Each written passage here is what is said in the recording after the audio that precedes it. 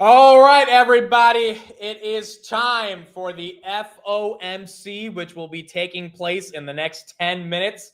We have got a decision, and it is a 25 basis point cut from the Federal Reserve, something that we all thought was going to happen. Well, it has officially happened. This is the first rate cut since December 18th, 2024. And it has been a long time, but we are here. Now, the summary of economic projections, the dot plot that the Fed puts out outlining how essentially hawkish or dovish they are in terms of future rate cuts, actually is pretty damn bullish. They are now projecting a median target of another 50 basis points of cuts, which is very important because 3 months ago, it was another only 25 basis points, meaning the overall level of basis points cuts we should be expecting by the end of the year is 75 instead of 50, which is very dovish. That's an extra 25 basis points. And that's because of these Fed officials coming together, likely citing the labor market, which is what they put out in their note for why we should be getting more rate cuts. And that's what you got.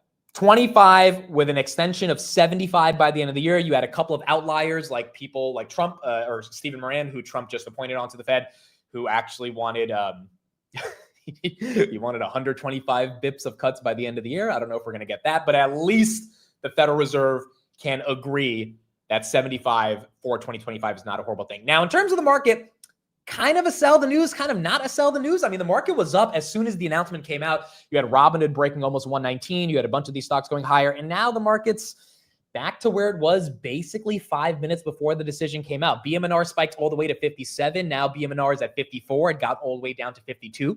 So, I mean, if you were swing trading that real quick, you got a exit at 57 or an entry at 52. Now it's at 54. Not that bad. S&P literally flat, 0.07% down in the day. No reaction. SoFi down about 2.4%, but SoFi was basically at this level in the morning. AMD 157, Nvidia up a little bit from 169, Hoodie back to 117, Palantir 164, Grab's been stuck between 599 and 605 all day, Google at 247. I mean, there's not some massive reaction to the upside or the downside. Now, Powell hasn't spoken. In the next 7 minutes, we're going to see what Powell actually has to say and if his tie is purple or not, because that'll give us a better understanding of if stocks are going up or down. But this reaction to me is relatively reasonable. And because it was so expected to get 25 bips, the fact that we're getting it, I don't think is the craziest thing in the world. And it looks like that's what we got. Now, in terms of the actual dot plot and projections, in 2025, interest rates should be round about 3.6%. In prior estimates of the SEP was 3.8. 2026, the Fed's thinking 3.3. So that'll be another 50 basis points down. 2027, 3.1. And then 2028, 3.1. So, you know, Trump would want 1% interest rates by tomorrow if he could get it. But it looks like for the next couple of years, the Fed is saying, at least now, this is very subject to change based on macroeconomic factors over the coming years, 3%, 3.1% should be where we get the interest rates to come down to, which is, you know, not the most bullish a couple years out, but obviously at least for 2025, getting those rates to come down is very, very important. Now, the 10 years just above 4.0, it was at 3.9. So we did get it below 4% for the first time in April, which is super bullish. That means people are buying up bonds. There's a lot of talk on, hey, if we lower rates, will people just be selling bonds in the face of lowering rate cuts, which would be the worst scenario because we need those yields to come down, especially to refinance our debt, definitely to help mortgage rates come down as well. Seems like that's not the case. Seems like people are buying bonds, and the fact that this bad boy was just below 4% a couple minutes ago, maybe it gets back there after Powell talks. That is not the worst thing in the world, which is what we've got going on. Yeah, the Fed says Governor Moran dissented in favor of a 0.5% cut. So you did have a couple of dissents on this. Most of the Fed committee basically called for a 25 basis point cut. And then Stephen Moran said, no, let's do 50 basis points. He was one of the only dissents in the context of 50 basis points. So basically you had a unanimous agreement of 25 bips and Moran said 50. So it doesn't seem like any of the Fed governors said that we should pause. None of them said we should hike. All of them said a cut is likely or a cut is appropriate. Moran said, hey, we should do half instead of 50. So even the other doves like Bowman and Waller, they had also said, no, we should do 25. They didn't agree with a 50 basis point cut. So only the new Trump appointed Fed governor was the one arguing for us to get to 50. And instead we came in at 25. Yeah, only one dissenter. And that dissenter was to be even more dovish. So all in all, the Fed wanted to cut rates. It's very obvious they wanted to cut rates based on how we're getting the dot plot and based on all the governors and how they decided to come to this conclusion. It's just how much do they want to cut by. We unfortunately did not get those 50 bips, which is not the worst in the world. So this is dovish to me. A lot of people are saying, hey, dovish or bearish. I think this is dovish. And the reason it is dovish is because they are projecting 75 bips for a total in 2025. I don't see how that's bearish. Now, obviously, when Powell gets on stage, we're going to see exactly what he says and keep going from there. The reason, by the way, for why the Fed is cutting rates is the labor market. That is that, and we'll see that in the Powell opening statement when he speaks in about 4 minutes. The labor market now seems to be the biggest concern. And as long as that continues to be kind of their core priority outside of inflation, we likely will continue to get rate cuts, which is something that shouldn't be the worst thing for equities. Robinhood right here, 116, Palantir 116, Tesla 417, or Palantir 164, Robinhood 117, S&P 659, AMD 157, Google 248, Palo Alto 202. Not seeing any crazy moves to the upside or the downside. Quantum has been green all morning. Quantum continues to go green. D-Wave right there up 13%. Open Door, which hit 1080 at one point, now is at 980. So you see that red candle right there as soon as the decision came out. I guess it was a little bit of a sell the news on the decision, but I mean, Open Door can easily just get back to that 1080 level that it was at right before the decision. Corby right there, 118. Rocket Lab, 4732. The Qs basically unchanged. HIMS down 2%. MicroStrategy flat. Ethereum did crack above 4,500. It is now back below 4,500. And then Bitcoin, I think, got to 117. It's now at 115.8. So not that crazy of a move, which is what we got across the crypto landscape. You guys are tweeting a Palantir deal. Is that correct? Palantir, let me see if this is true. The Times reporting Palantir to sign a £750 million deal with the UK during Trump's visit. Wow. Oh my. £750 with, I would imagine that's the UK government when they say the UK. Maybe there's a mix of commercial companies there as well. £750 million. That is a big deal. That is a big deal. Again, that's not confirmed yet. Don't have any specific press release. Palantir stock not really moving on that, likely because it's not officially confirmed. 164.78 on Palantir. I will try to get more updates on that. That's international government growth. That's important. Yeah, UK as an MOD, Ministry of Defense. Ministry of Defense, which is very, very important. And it would be nice to see if that can end up playing out. Overseas viewer here, can there be a rate cut between 25 and 50, like 7.5? Yeah, essentially. So, like, can there be in the middle of 25 and 50? No, I mean, I think it's possible that we can do a 37.5 basis point cut. That hasn't happened to my understanding for a while. So, I mean, theoretically, is it possible? Maybe, but I might even be wrong on that. Usually it happens in increments of 25. And in this case, it's 25 versus 50. So, yeah, I think it could happen in the middle, but that has not happened for a long time. S&P 500 right there, 660. That now goes green. Okay, Powell speaking in 2 minutes. Let's do the poll right here in the chat. And let me ask this right now before we officially get into it. Do you think we end green or red on Powell? Again, we will transition from this right into the market close, and we'll see what Mr. Powell has to say and how the market. Initially, it was a buy the news, then it was a sell the news, then it was a kind of be flat news. Powell's speech, green or red? Green or red? What do we think? Yeah, no one's working today. Absolutely no one's freaking working today. Yeah, we talked about in the morning as well, $42 billion worth of UK deals for AI and quantum computing. So I think that's obviously why the quantum names are getting some love. Microsoft and a host of other companies specifically said they're investing for quantum and AI. D-Wave right there up 15% on the day. IONQ also just did an acquisition. Rigetti right here, that's up 7%. IONQ, that's up another 3.4%. Quantum has been moving today. Google right there, 248, Grab at 6, Tesla at 419. All right, Powell should be getting ready to come on stage soon, and we are going to see what he has to say. 60% of you say green. 70% of you say green for the day. I agree. I think we end up green. I think we had a little bit of a dip 10 minutes ago, and that was some juicy dips if you were able to snag them real quick. And now it's just that continues. All right, here we go. Let's get into Powell. Good afternoon. My colleagues and I remain squarely focused on achieving our dual mandate goals of maximum employment and stable prices for the benefit of the American people. While the unemployment rate remains low, it has edged up. Job gains have slowed and downside risks to employment have risen. At the same time, inflation has risen recently and remains somewhat elevated. In support of our goals and in light of the shift in the balance of risks, today the Federal Open Market Committee decided to lower our policy interest rate by 1/4 percentage point. We also decided to continue to reduce our securities holdings. I'll have more to say about monetary policy after briefly reviewing economic developments. Recent indicators suggest that growth of economic activity has moderated. GDP rose at a pace of around 1.5% in the first half of the year, down from 2.5% last year. The moderation in growth largely reflects a slowdown in consumer spending. In contrast, business investment in equipment and intangibles has picked up from last year's pace.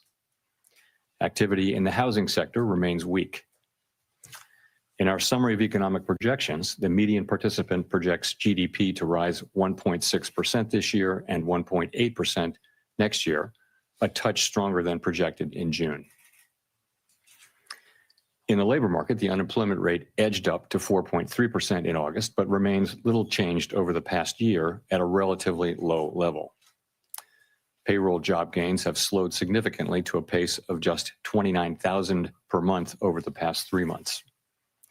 A good part of the slowing likely reflects a decline in the growth of the labor force due to lower immigration and lower labor force participation. Even so, labor demand has softened, and the recent pace of job creation appears to be running below the break-even rate needed to hold the unemployment rate constant. In addition, wage growth has continued to moderate while still outpacing inflation. Overall, the marked slowing in both the supply of and demand for workers is unusual. In this less dynamic and somewhat softer labor market, the downside risks to employment appear to have risen. In our SEP, the median projection for the unemployment rate is 4.5% at the end of this year and edges down thereafter. Inflation has eased significantly from its highs in mid-2022, but remains somewhat elevated relative to our 2% longer-run goal. Estimates based on the Consumer Price Index and other data indicate that total PCE prices rose 2.7% over the 12 months ending in August, and that, excluding the volatile food and energy categories, core PCE prices rose 2.9%. These readings are higher than earlier in the year as inflation for goods has picked up. In contrast, disinflation appears to be continuing for services. Near-term measures of inflation expectations have moved up on balance over the course of this year on news about tariffs, as reflected in both market and survey-based measures. Beyond the next year or so, however, most measures of longer-term expectations remain consistent with our 2% inflation goal.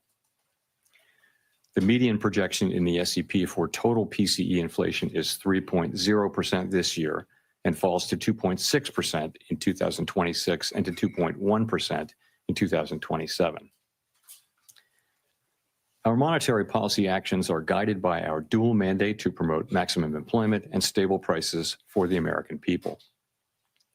At today's meeting, the committee decided to lower the target range for the federal funds rate by 1/4 percentage point to 4 to 4.25%, and to continue reducing the size of our balance sheet. Changes to government policies continue to evolve, and their effects on the economy remain uncertain. Higher tariffs have begun to push up prices in some categories of goods, but their overall effects on economic activity and inflation remain to be seen. A reasonable base case is that the effects on inflation will be relatively short-lived, a one-time shift in the price level. But it is also possible that the inflationary effects could instead be more persistent, and that is a risk to be assessed and managed. Our obligation is to ensure that a one-time increase in the price level does not become an ongoing inflation problem. In the near term, risks to inflation are tilted to the upside and risks to employment to the downside. a challenging situation. When our goals are in tension like this, our framework calls for us to balance both sides of our dual mandate. With downside risks to employment having increased, the balance of risks has shifted. Accordingly, we judged it appropriate at this meeting to take another step toward a more neutral policy stance. With today's decision, we remain well positioned to respond in a timely way to potential economic developments. We will continue to determine the appropriate stance of monetary policy based on the incoming data, the evolving outlook, and the balance of risks. In our SEP, FOMC participants wrote down their individual assessments of an appropriate path for the federal funds rate, based on what each participant judges to be the most likely scenario for the economy. The median participant projects that the appropriate level of the federal funds rate will be 3.6% at the end of this year, 3.4% at the end of 2026, and 3.1% at the end of 2027. This path is 1/4 percentage point lower than projected in June. As is always the case, these individual forecasts are subject to uncertainty, and they're not a committee plan or decision. Policy is not on a preset course. The Fed has been assigned 2 goals for monetary policy: maximum employment and stable prices. We remain committed to supporting maximum employment, bringing inflation sustainably to our 2% goal, and keeping longer-term inflation expectations well anchored.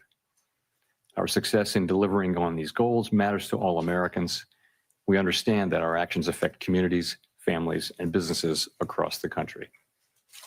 Everything we do is in service to our public mission, and we at the Fed will do everything we can to achieve our maximum employment and price stability goals.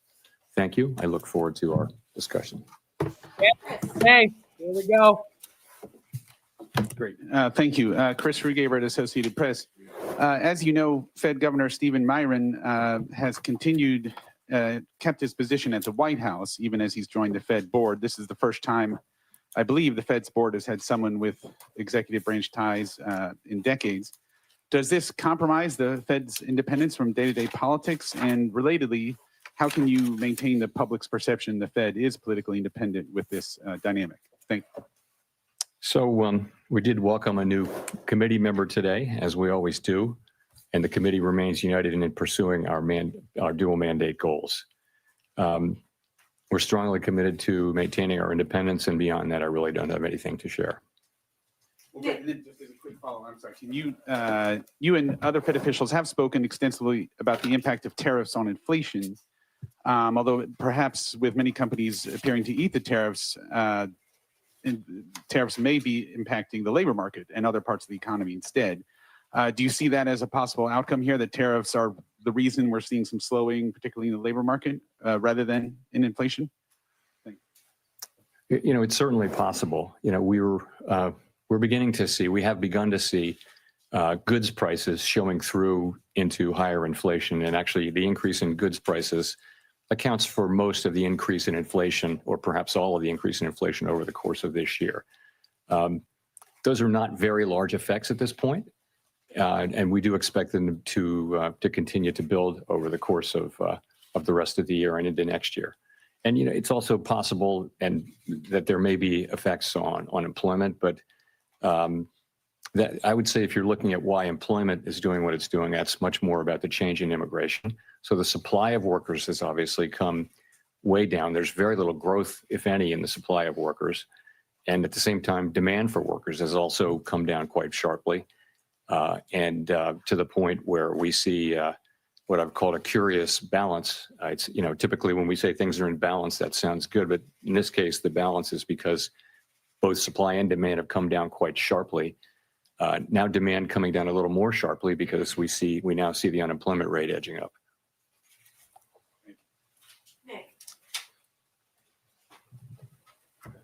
Nick Timrose of the Wall Street Journal.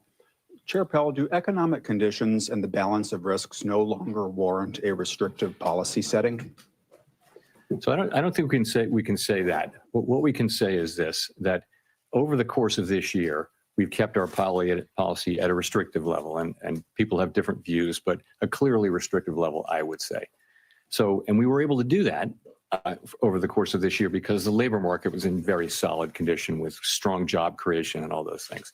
I think if you go back to April and now look at the revised job creation numbers for May, June, July, and August, you can I can no longer say that. So what that means is that the risks were clearly tilted toward inflation. I would say they're moving toward equality. Maybe they're not quite out of equality. We don't need to know that, but we do know that they've moved meaningfully toward greater equality, the risks between the two goals, and that suggests that we should be moving in the direction of neutral, and that's what we did today. Under what circumstances would a larger than 25 basis points rate cut be warranted? And how seriously was that option entertained at your meeting this week? Good question. There wasn't widespread support at all for a 50 basis point cut today. I think we've done very large rate hikes and very large rate cuts in the last 5 years. And you tend to do those at a time when you feel that policy is out of place and needs to move quickly to a new place. That's not at all what I feel certainly now. I feel like our policy has been doing the right thing so far this year. I think we were right to wait and see how tariffs and inflation and the labor market evolved. I think we're now reacting to the much lower level of job creation and other evidence of softening in the labor market and saying, well, those risks are maybe not fully balanced, but moving in the direction of balance now. And so that warrants a change in policy. Colby Smith for the New York Times. Should we be viewing today's cut as the committee taking out some insurance against the possibility that the labor market is at risk of weakening? Or is it the committee's view that the dynamics of a downturn are already in place? I guess I'm just trying to square the shift in the rate forecast in the SEP towards more cuts than just 3 months ago, with the fact that the forecast for unemployment didn't change. Yeah, I think you could think of this in a way as a risk management cut, because if you look at the SEP, actually, the projections for growth this year and next actually ticked up just a little bit, and inflation and unemployment didn't really move much. So what's different now? What's different now is that you see a very different picture of the risks to the labor market. You've seen, we were looking at 150,000 jobs a month at the time of the last meeting, and now we see the revisions and we see the new numbers. And I don't want to put too much emphasis on payroll job creation, but it's just one of the things that suggests that the labor market is really cooling off. And that tells you that it's time to take that into account in our policy. So just looking at the SEP, once again, the median participant has inflation higher than previously expected by the end of next year, and the Fed not getting back to the 2% target until 2028. So I guess I'm just wondering how you characterize the risk to price pressures of kicking off a series of cuts at this point. Yeah, so I would look at it this way. We fully understand and appreciate that we need to remain fully committed to restoring 2% inflation on a sustained basis, and we will do that. At the same time, we've got to weigh the risks to the two goals. And I would say since April, to me, the risks of higher and more persistent inflation have probably become a little less. And that's partly because the labor market has softened, GDP growth has slowed. So I would just say that the risks there have been less than one might think. And in terms of the labor market, what we're seeing is unemployment is still low. It's still a relatively low rate, but we're seeing downside risks. That's Powell admitting inflation risk is not as high. That's dovish. Michael McKee from Bloomberg Radio and Television. I'm a little confused by your explanation of the Fed cutting rates because of unemployment. If you think that most of what's happening in the employment area is related to immigration, which your rate cuts wouldn't address, how do you see that as more important than inflation, which has remained almost a full percentage point above your target? Well, I was saying that what's happening in the labor market has more to do with immigration than it has to do with tariffs. That was the question I was answering. So I wouldn't say that all of what's happening in the labor market is due to tariffs. I mean, you clearly have a slowing in it due to immigration. You clearly have a slowing in demand, which is now perhaps more than that in supply, and we know that because the unemployment rate has ticked up. So that's what I meant by that. We can follow up. Every year since 2015, the SEP has forecast that you would hit your target 2 years later. And this year, this SEP says you're going to hit your target 2 years later. 2% does not seem to be in sight. Does that suggest that the 2% target is not really achievable? And does this present any credibility problems for you in telling people that that's what you're going to do if you can never reach it? Well, I mean, you're right. It does say we're going to get to 2% inflation in 2028 at the end of 28. But that's literally how you put the projections together. You're writing down a rate path, which is designed to create over the course of the SEP, time frame, 2% inflation and maximum employment too. So that's all that is. No one really knows where the economy will be in 3 years, but the nature of the exercise is to write down policy that you believe would return to the 2% goal over at least by the end of the exercise. Thanks so much, Elizabeth Schulze with ABC News. The latest inflation report shows that prices are still going up across key categories for many households, including groceries. What will the Fed do if prices pick up more? Good question. So our expectation, and you can see this consistently through the year, has been that inflation will move up this year, but that the basically because of the effects on goods prices from tariffs, but that those will turn out to be a one-time price increase as opposed to creating an inflationary process. That's been our forecast. Pretty much all the individual forecasts say that. We can't just assume that though, right? We have to, our job is literally to make sure that is what happens, and we will do that job. Right now, the situation we're in is that we see inflation, we continue to expect it to move up, maybe not as high as we would have expected it to move up a few months ago. The pass-through of the tariffs into inflation has been slower and smaller. The labor market has softened. So the case for there being a persistent inflation outbreak is less. And so that's why we think it's time for us really to acknowledge that the risks to the other mandate have grown and that we should move in the direction of neutral. So what will we do? We'll do what we need to do, but we have two mandates and we try to balance them. For a long time, our framework says that when our two goals are in tension, this is quite an unusual situation. How do we decide what to do? Because our tools can't do two things at once.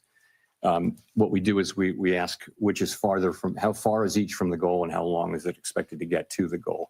So, and then we think about those things and we see, as I mentioned, our policy had been really skewed toward inflation for a long time, really. Now we see that there's downside risk clearly in the labor market, and so we're moving in the direction of more neutral policy.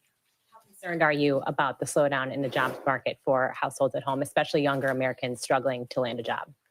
So it's an interesting labor market, and obviously we think it's appropriate that we reduce our rates so that we become more neutral, which presumably will be better for the labor market. You see people who are sort of more at the margins, so kids coming out of college and younger people, minorities are having a hard time finding jobs. The overall job finding rate is very, very low. However, the layoff rate is also very low. So you've got a low firing, low hiring environment, and the concern is that if you start to see layoffs, the people who are laid off there won't be a lot of hiring going on. So that could very quickly flow into higher unemployment. In a healthier economy, healthier labor market, there would be jobs for those people. But now the hiring rate is very, very low. So that's been a growing concern over the last few months. And it's one of the reasons why we think it's appropriate that we begin to shift our policy focus toward a more balanced one. Seems like he's concerned with the labor market. Steve Leisman, CNBC. Mr. Chair, in the past, during rate cuts, you used the word recalibration. And I wonder if you pointedly did not use it this time. And in fact, when you said policy is not on a preset course, did you mean that as sort of the opposite of recalibration? Are we meeting to meeting, data point by data point? Are we in the process here of getting back to neutral? Thank you. So I think we're in a meeting by meeting situation. We're going to be looking at the data. Let me say a word about the SEP really here. So we often point this out. What the SEP is it's an accumulation of the individual projections of 19 people, showing what they believe at a particular moment in time to be the most likely path for the economy and thus the appropriate path for monetary policy as well. And as you know, we don't debate or try to agree on what that is. We just write them down and accumulate them. We do sometimes discuss them. And so we always say we're not on a preset path, and we really mean that. The actual decisions we make are going to be based on the incoming data, the evolving outlook, and the balance of risks at the time the decisions are actually made. So you will have seen that we have 10 participants out of 19 who wrote down 2 or more cuts for the remainder of the year, and 9 who wrote down fewer than, in fact, in a good number of cases, no more cuts. So rather than looking at this as certainty, I would encourage people, as always, to look at the SEP as through the lens of probability. And so there are different possible outcomes and likelihoods rather than this one is certain and this one isn't happening. So that's what I would say. Thank you for getting to my follow-up question, which was, is the dispersion in the outlook a sign of uncertainty of policy in the meetings to come? Thank you. You know, it is such an unusual situation. Ordinarily, when the labor market is weak, inflation is low. And when the labor market is really strong, that's when you got to be careful about inflation. So we have a situation where we have two-sided risk. And that means there's no risk-free path. And so it's quite a difficult situation for policymakers. And it's not at all surprising to me that you have a range of views. It's not so much about having different views for the path of the economy, but it's partly that. But it's also partly about what's the right thing to do in light of this, of the tension between the two goals. How do you weight them? How worried are you about one versus the other? And so it's natural. I think it would actually be surprising if you didn't have a pretty wide range of views based, in this kind of highly unusual situation, and we do. So, but we get together, we discuss, we have a great discussion, and then we decide what to do and we act. But you're right there that it's a wide dispersion of views, and I think that's understandable and natural in the current situation.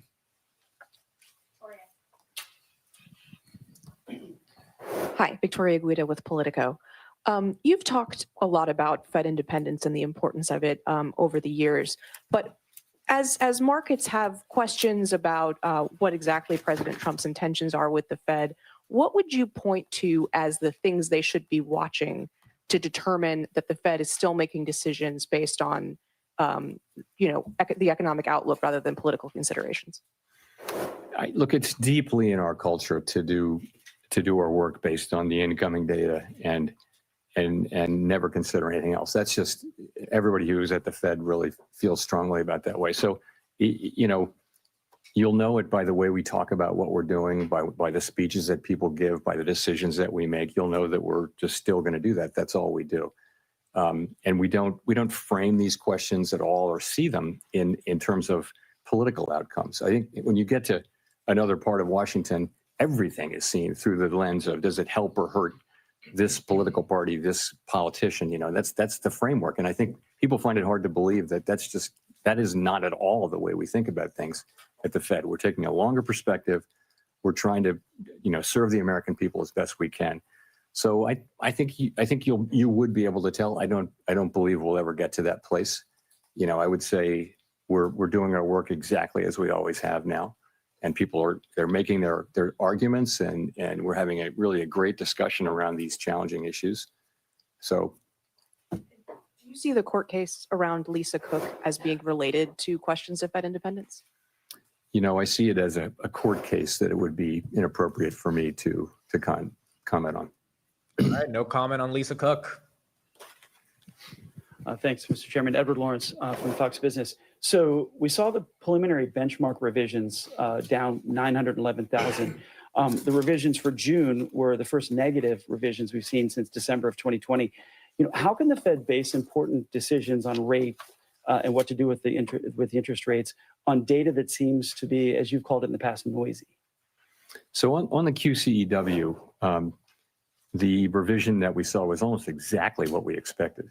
It was amazing how close the expectation was. So, and the reason for that is, for the last bunch of quarters, there's been almost a predictable overcount.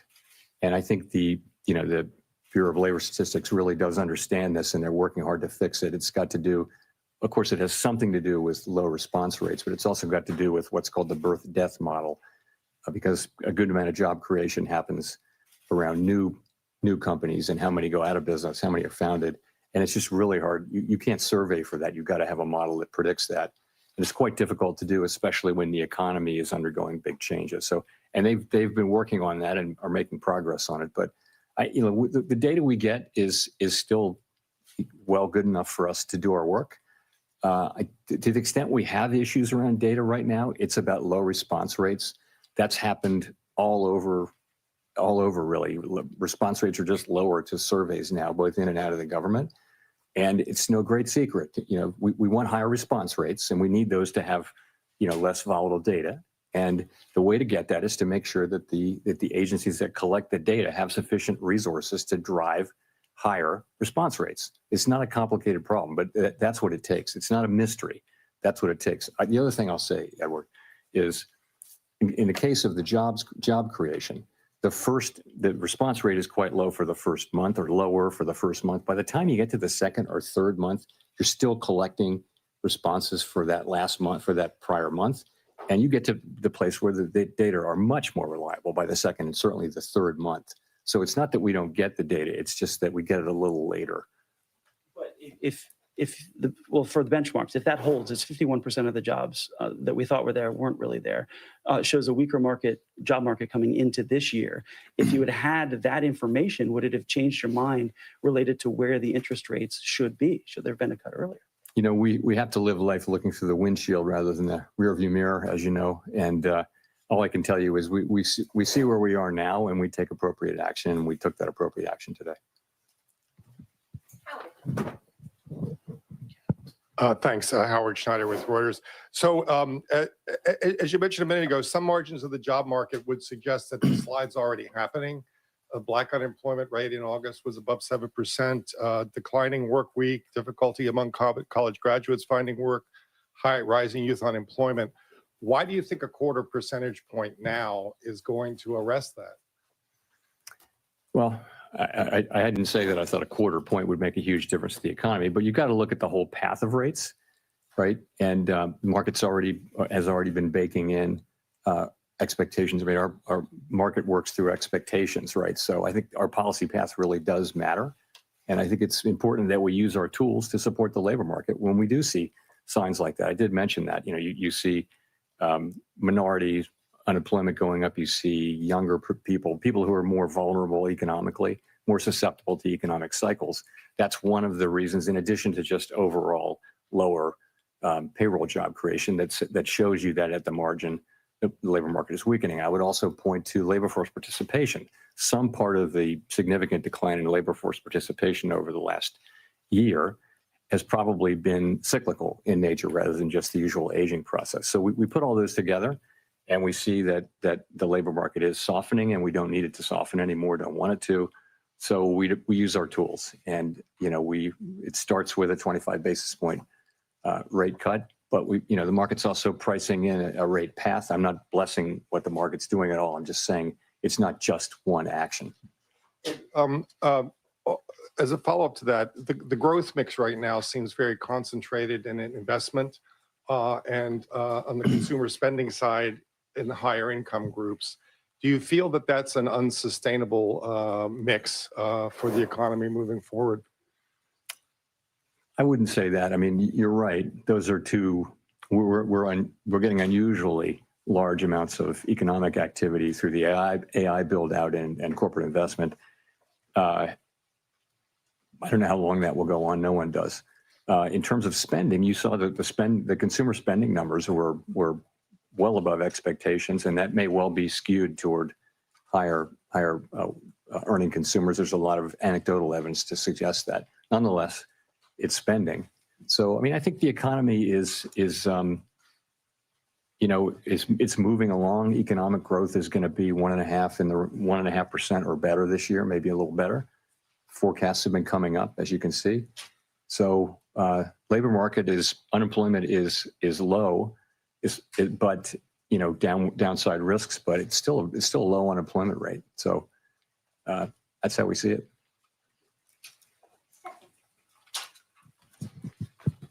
Hi, Stephanie Rule, MSNBC. Treasury Secretary Scott Bessent has said that the Federal Reserve suffers from mission creep and institutional bloat. He's now calling for an independent review. Would you support an independent review, or are you open to any sort of reform in any areas of the Fed? Of course, I'm not going to comment on anything the Secretary says or really any other officer says. So in terms of reform at the Fed, we just went through a lengthy and I think very successful process of updating our monetary policy framework. I would say there's a lot of work going on behind the scenes around the assets we have in the Federal Reserve Bank system, Federal Reserve system, and at the board. Are they the right size? We're actually going through a 10% headcount reduction through the whole Fed, including the board and all the reserve banks. The employment at the Fed at the end of that will be basically at the same level it was more than 10 years ago. So we will have had zero job growth for more than a decade when we're finished with that, and I think we'll probably do more than that. So I think we're certainly open to constructive criticism and ways to do our jobs better. But not an independent review? We're certainly open to to always trying to do better. Mr. Chairman, Neil Irwin with Axios. There's been some debate lately on whether AI is already starting to affect the labor market in terms of lower labor demand, higher productivity by contrast. Do you buy that? And if that is true, does that have implications for the monetary policy setting? So there's great uncertainty around that. I think my view, which is also a bit of a guess, but widely shared, I think, is that you are seeing some effects, but it's not the main thing driving it. And so particular focus on young people coming out of college. And yeah, there may be something there. It may be that companies or other institutions that have been hiring younger people right out of college are able to use AI more than they had in the past. That may be part of the story. It's also part of the story, though, that job creation more broadly has slowed down. The economy has slowed down. And so it's probably a number of things. But yeah, it's probably a factor. Hard to say how big it is.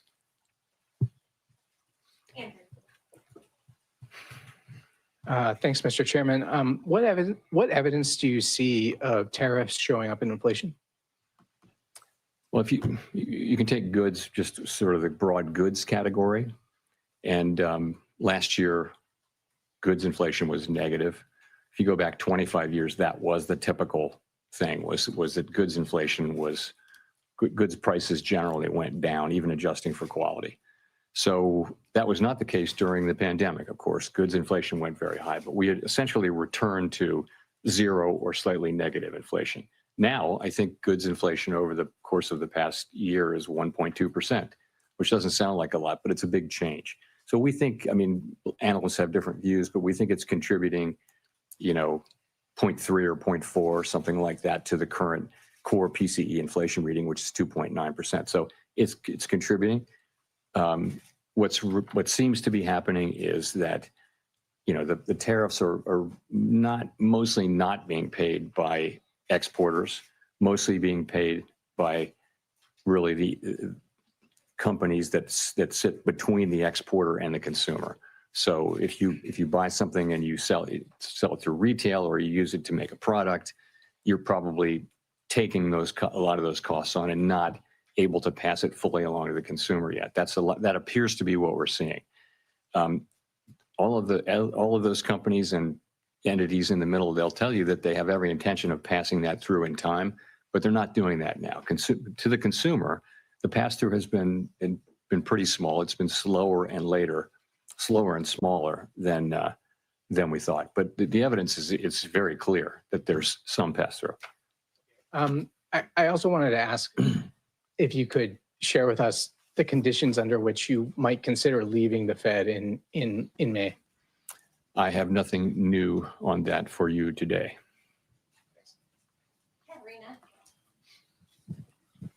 Hi, Katerina Saraiva with Bloomberg News. I just wanted to follow up on, one of your answers just a couple minutes ago. We've often heard you talk about how you and your colleagues, do not think about politics. This does not enter the room. But one of your new colleagues does come from this world, right, where everything is seen through this framework of politics and of what party is being helped, and that person is still employed by the White House. How can markets and the public interpret, some of his speeches, for example, and then some of the forecasts that we see today? I mean, the median for this year was moved because of the introduction of his forecast. I'm talking about the number of rate cuts seen this year. What do you say to markets and the public that are trying to interpret, what you guys are saying? So there's 19 participants of whom 12 vote, as you know, on a rotating basis. So no one voter, can really, the only way for any voter to really move things around is to be incredibly persuasive. And the only way to do that in the context in which we work is to make really strong arguments based on the data and one's understanding of the economy. That's really all that matters. And that's how it's going to work. And I think that is the way the institution, that's in the DNA of the institution. That's not going to change. And then I wanted to ask about a Gallup poll that showed that Americans now have more confidence in the president than the Federal Reserve when it comes to doing what's right for the economy. Why do you think that is? And what's your message to the public? Our response is we're going to do everything we can to use our tools to achieve the goals that Congress has given us. And we're not going to get distracted by anything. So I think that's what we're going to do. We're just going to keep doing our jobs.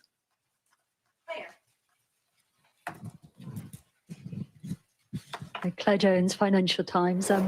Given the range of views expressed prior to the meeting, I think there was a lot less dissent today than a lot of people expected.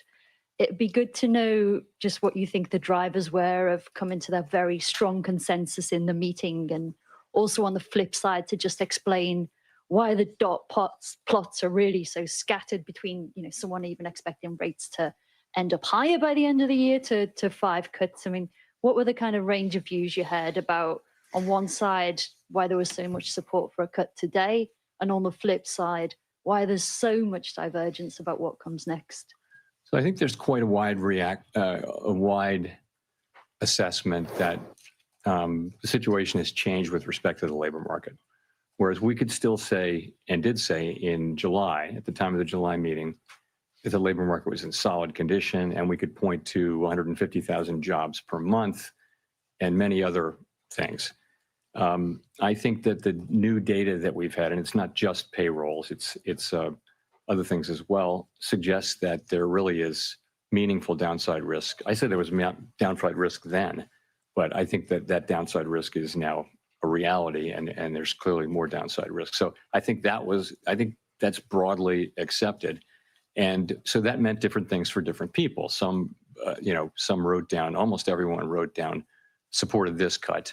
And some supported more cuts and some didn't, as you will see from the dot plot. So that's just the way it is. I mean, people have,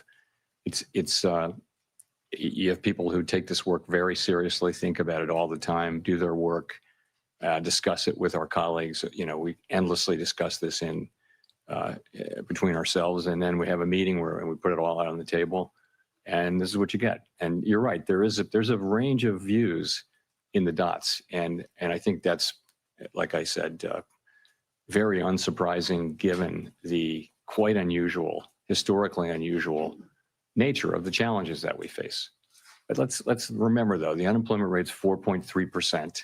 The economy is growing at 1.5%. So it's not a bad economy or anything like that. We've seen much more challenging economic times, but from a policy standpoint, the standpoint of what we're trying to accomplish, it's challenging to know what to do. There are, as I mentioned earlier, there are no risk-free paths now. It's not incredibly obvious what to do. So we have to keep our eye on inflation. At the same time, we cannot ignore and must keep our eye on maximum employment, which is those are our two equal goals. And you will see that there are a range of views on what to do. Nonetheless, we came together today at the meeting and acted with a high degree of unity. Green so far, folks. I think he has a couple of questions left. Thank you. Archie Hall from The Economist. You mentioned earlier that job creation was running below your guess at its break-even rate. I'd be curious to hear a bit more about that and where you think the break-even rate is. So there are many different ways to calculate it, and none of them is perfect, but it's clearly come way down. You could say it's somewhere between 0 and 50,000, and you'd be right or wrong. I mean, there's just many different ways to do it. So wherever it was, 150,000, 200,000 a few months ago, it's come down quite significantly, and that's because a very lower amount of people are joining the labor force. The labor force really not growing much at this point, and that's a lot of where the supply of labor was coming from over the last 2 or 3 years. So we're not getting that now. We've got much lower demand. It's interesting that supply and demand have really come down together so far, except now we do have unemployment ticking up just one tick outside of the range where it's been for a year. 4.3% is still a low level, but I think this speedy decline in both supply and demand has certainly gotten everyone's attention. Follow up, if I may. You mentioned the downside risk to employment a fair amount, but it's striking that measures of kind of activity and output for the third quarter, those that we have, seem pretty strong. The Atlanta Fed's GDP now is very strong. You mentioned strong PCE numbers as well. How do you square those things? Is there a chance actually could be upside risk to the labor market if those activity measures are right? Well, that would be great. We'd love that to happen. So I don't know that you see a big tension there, but it's gratifying to see that economic activity is holding in, and it's a good bit from consumption. It looks like consumption was stronger than expected. What we got earlier this week, I guess. And also we're getting a fairly narrow sector is producing a lot of economic activity, which is the AI build out and business investment. So we watch all of it, and I would say we did move up the median for growth for this year. Actually moved up in the SEP between the June and September SEPs. So and really the inflation and labor market didn't change much. It's really the risks that we're seeing to the labor market that were the focus of today's decision. Nicole. Hi, Nicole Goodkind with Barron's. Thank you for taking my question. Given the cumulative impact of high interest rates on the housing sector, I'm wondering how concerned you are that current rate levels are exacerbating housing affordability issues and potentially hindering household formation and wealth accumulation for a segment of the population? Housing is an interest-sensitive activity, so it's at the very center of monetary policy. When the pandemic hit and we cut rates to zero, the housing companies were incredibly grateful, and it was really, they said that was the only thing that kept them going, was that we cut so aggressively and provided credit and things like that, and they were able to finance because we did that. The other side of that is when inflation gets high and we raise rates, and you're right, it does burden the housing industry, and so rates have come down a bit, and as that happens, we don't set mortgage rates, but our policy rate changes do tend to affect mortgage rates. And that has been happening, and that'll of course raise demand. Lower borrowing rates for builders will help, builders will help supply, and so some of that should happen. I think most analysts think that it would have to be pretty big changes for it to matter a lot, big changes in rates for it to matter a lot for the housing sector. And the other thing is by achieving maximum employment and price stability, that's a strong economy. That's a good economy for housing. And then the last thing I'll say is, there's a deeper problem here. There's not a cyclical problem that the Fed can address, and that just is a pretty much nationwide housing shortage. Or a lot of places in the country just don't have enough enough housing for people. And all of the areas around metropolitan areas like Washington, for example, are very built up. And so you're having to build farther and farther out. And so that's where it is. And just a quick follow-up, during the last SEP or the press conference following the last SEP, you seemed to indicate that policymakers lacked conviction about their projections. And I'm wondering if you still feel that way. Forecasting is very difficult even in placid times. And as I've mentioned before, forecasters are a humble lot with much to be humble about. So I think right now is a particularly challenging time, even more uncertain than usual. And so I don't know any forecaster anywhere, really. Ask any of the forecasters whether they have great confidence in their forecast right now. I think they'll honestly say no. Jennifer. Thank you, Chair Powell. Jennifer Schonberger with Yahoo Finance. If you're cutting rates, why continue to reduce the size of your balance sheet, then pause the unwinding? Good question. Well, I think we're cutting the size of our balance sheet quite marginally now. As you know, with the balance sheet, we're still in an abundant reserves condition, and we've said that we would stop somewhat above somewhat above an ample reserves level. That's where we are, and we're getting closer to that. We're monitoring it very carefully. We don't think that has at all significant macroeconomic effects. These are pretty small numbers moving around inside a giant economy. The level of runoff is not very large, so I wouldn't attribute macroeconomic consequences to that at this point. And at his recent confirmation hearing, Stephen Myron brought up that the Fed actually has 3 mandates from Congress, not just jobs and stable prices, but also moderate long-term interest rates. So what does Congress mean by moderate long-term interest rates? How should we understand that when we see the 10-year Treasury moving? And how do you think about this part of the mandate when policy choices like rate cuts or balance sheet reductions affect the long end of the yield curve? So we always think of it as the dual mandate, maximum employment and price stability, for a long time, because we think moderate long-term interest rates are something that will result from stable inflation, low and stable inflation, and maximum employment. So we haven't thought about that for a very long time as a third mandate that requires independent action. So that's where that is. And there's no thought of, as far as I'm concerned, there's no thought of considering that, considering that we somehow incorporate that in as something in a different way. Dragos, thank you for the 50. Appreciate it. Let's see if we can close green. Thanks, Chair Powell. Matt Egan from CNN. We recently learned that average FICO credit scores are down this year by 2 points, the most since 2009 during the Great Recession, and delinquencies are high for car loans, personal loans, credit cards. How concerned, if at all, are you about the health of consumer finances, and do you expect today's cut will help? So, we're aware of that. I think this default rates have been kind of ticking up, and we do watch that. They're not at a level, I don't believe they're at a level where overall they're terribly concerning, but it is something that we watch. Lower rates should support economic activity. I don't know that one rate cut will have, a visible effect on that, but over time, a strong economy with a strong labor market is what we're aiming for, and stable prices. So that should help. Just to follow up, this rate cut is coming at a time when the stock market is at or near all-time highs, and some valuation metrics are elevated historically.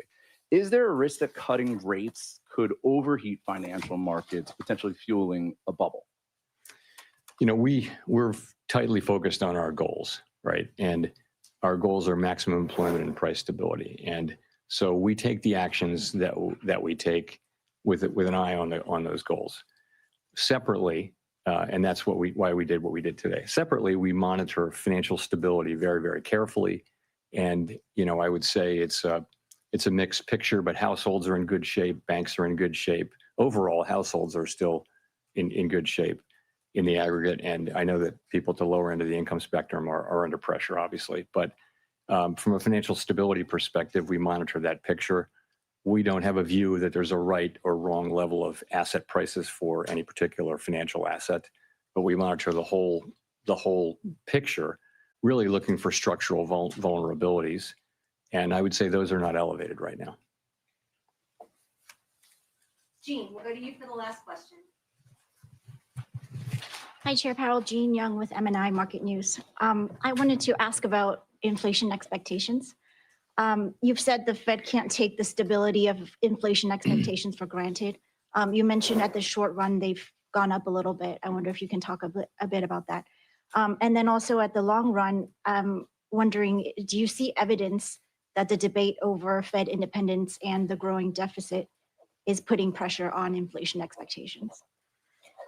So as you said, shorter term inflation expectations have tended to respond to near term inflation. So if inflation goes up, inflation expectations will predict that it takes just a little while to get back down. Fortunately, throughout this period, longer term inflation expectations, both break even in the markets, and almost all of the longer term surveys, Michigan being a bit of an outlier lately, have been just rock solid in terms of, running at levels that are consistent with 2% inflation over time. So we don't take that for granted. We actually assume that our actions have a real effect on that, and that, we need to, continually show and also discuss our commitment to 2% inflation. And so you'll hear us doing that.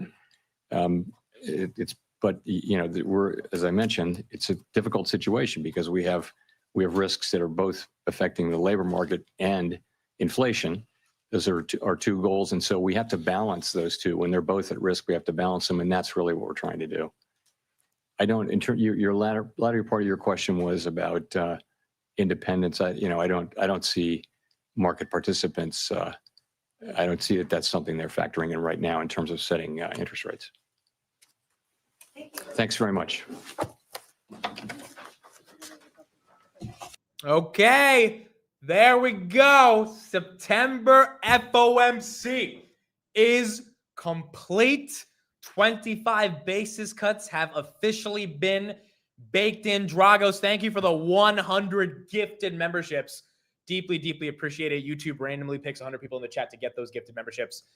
If you become a member of the channel, there's nothing exclusive you get or anything like that. It's just you get to support the channel. So that's all the membership gets you. But thank you, Dragos, for those gifted memberships. Appreciate you. And let's see if, like, the color of your memberships and the color your name gets if you become a member, which is green, let's see if the stock market can continue to end out green. Now, usually 30 minutes after FOMC, just like kind of what I've observed over covering FOMC for the past 2 years, that's when you start to really see momentum. So that puts us around 3:50, 10 minutes before the market close. I don't know why it always happens 30 minutes after, but it's usually around, call it 25 to 30 minutes after. So I still think we have a little bit of volatility to see over the next 20 minutes to see how this kind of plays out. But as of now, it looks like we're green. It looks like we'll be okay. Grabby grab hit 592 today. That's at 608. Tesla 424, 425 as we speak. There you go. She's up 1%. Hoodie trying to go for 119. Actually did touch 119 right now at 118. Palantir got all the way to 161. Now it's at 168. By the way, we have some massive Palantir news. The first $1 billion contract internationally that we will talk about in just a second, but that broke during the FOMC meeting. So we'll talk about that. SoFi back to 27. Google back to 250. Amazon at 231.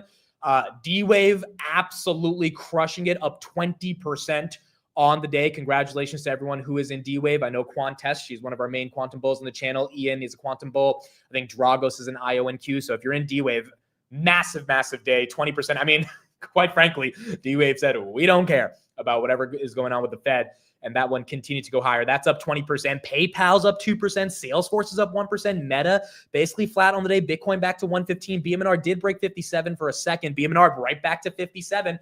I mean, we got 30 minutes left to see how this plays out, but it seems like based on the synthesis of that meeting, which we'll talk about in a second, the number one takeaway I got is that Jay Powell said the focus is now on the labor market, not on inflation. He even said after April, which remember the entire stock market crashed to 4,800 in April because of Liberation Day. Jay Powell said after April, or he said his exact wording was like, by the end of April, it became apparent to us that the inflation risk was not as high and we wanted to focus more on the labor market. Now, as soon as he said that, my direct thought in my head was, then why didn't you cut rates in July? But nonetheless, I guess that's a story for another day. At the end of the day, Jay Powell said, hey, we're not that focused as much on inflation, which is bullish, which is very, very bullish because it likely means they're focused on the labor market more. Now, obviously, there could be some bearish undertones to that, and we'll get into all that analysis. But it seems like at least the stock market is ready to deal with the fact that rates will be coming down. Tesla right here, 427. And again, the dot plot projections, the way Jay Powell answered those dot plot projections, he kind of sidestepped the question, but he essentially said, hey, it seems appropriate not to have a massive one-time rate cut of like 50 bips, which is what Stephen Moran wanted, but rather 2 more 25s. And as a result of that, that could lead us to 75. So a couple quotes from Powell. He said there was not widespread support for 50 bips cuts. He could think of today's cut as a risk management cut. I don't know what exactly he meant by risk management. I think he could have called today's cut as a, hey, we were too late type of cut. That would be a better word for it. But nonetheless, he said risk management. He said revised job numbers mean labor market no longer solid. And he actually talked about the interplay of AI leading to job losses, but increased productivity, which is a question that I don't know if we have an answer for yet in regards to what happens from just a human society perspective around jobs. But that is one thing that Powell is worried about. And then he said, possibly tariffs are a reason for some slowing in the labor market. Expect tariff-driven price increases to continue this year and next, but that doesn't really change their overall concerns with inflation, which is why we ended up getting some of these rate cuts. S&P goes green. There you go. S&P goes green, 660 on the day. SoFi 2717, Google 250, Hoodie really fighting for 119, got there again, and then Tesla 427. Even Palantir trying to make its way back to 170, which is not too bad at all. The Quantum Bull, thank you for the $20 super chat. Thank you for your coverage of FOMC. Quantum Bolt, thank you for being here. Appreciate it. And then Richard, ready for a bullish week. Thank you, Amit. Richard, thank you for being here. You know, it is Wednesday. We got 2 days left of the week. We have quad witching on Friday. So that's going to be a bunch of different things we have to think about in regards to options expirations. But nonetheless, this doesn't seem, even NVIDIA, which had a ton of bad news today. By the way, Sam Altman, Jensen, and Tim Cook apparently were spotted at a dinner in the United Kingdom. The United States starting to invest a lot more in the United Kingdom in terms of their tech companies.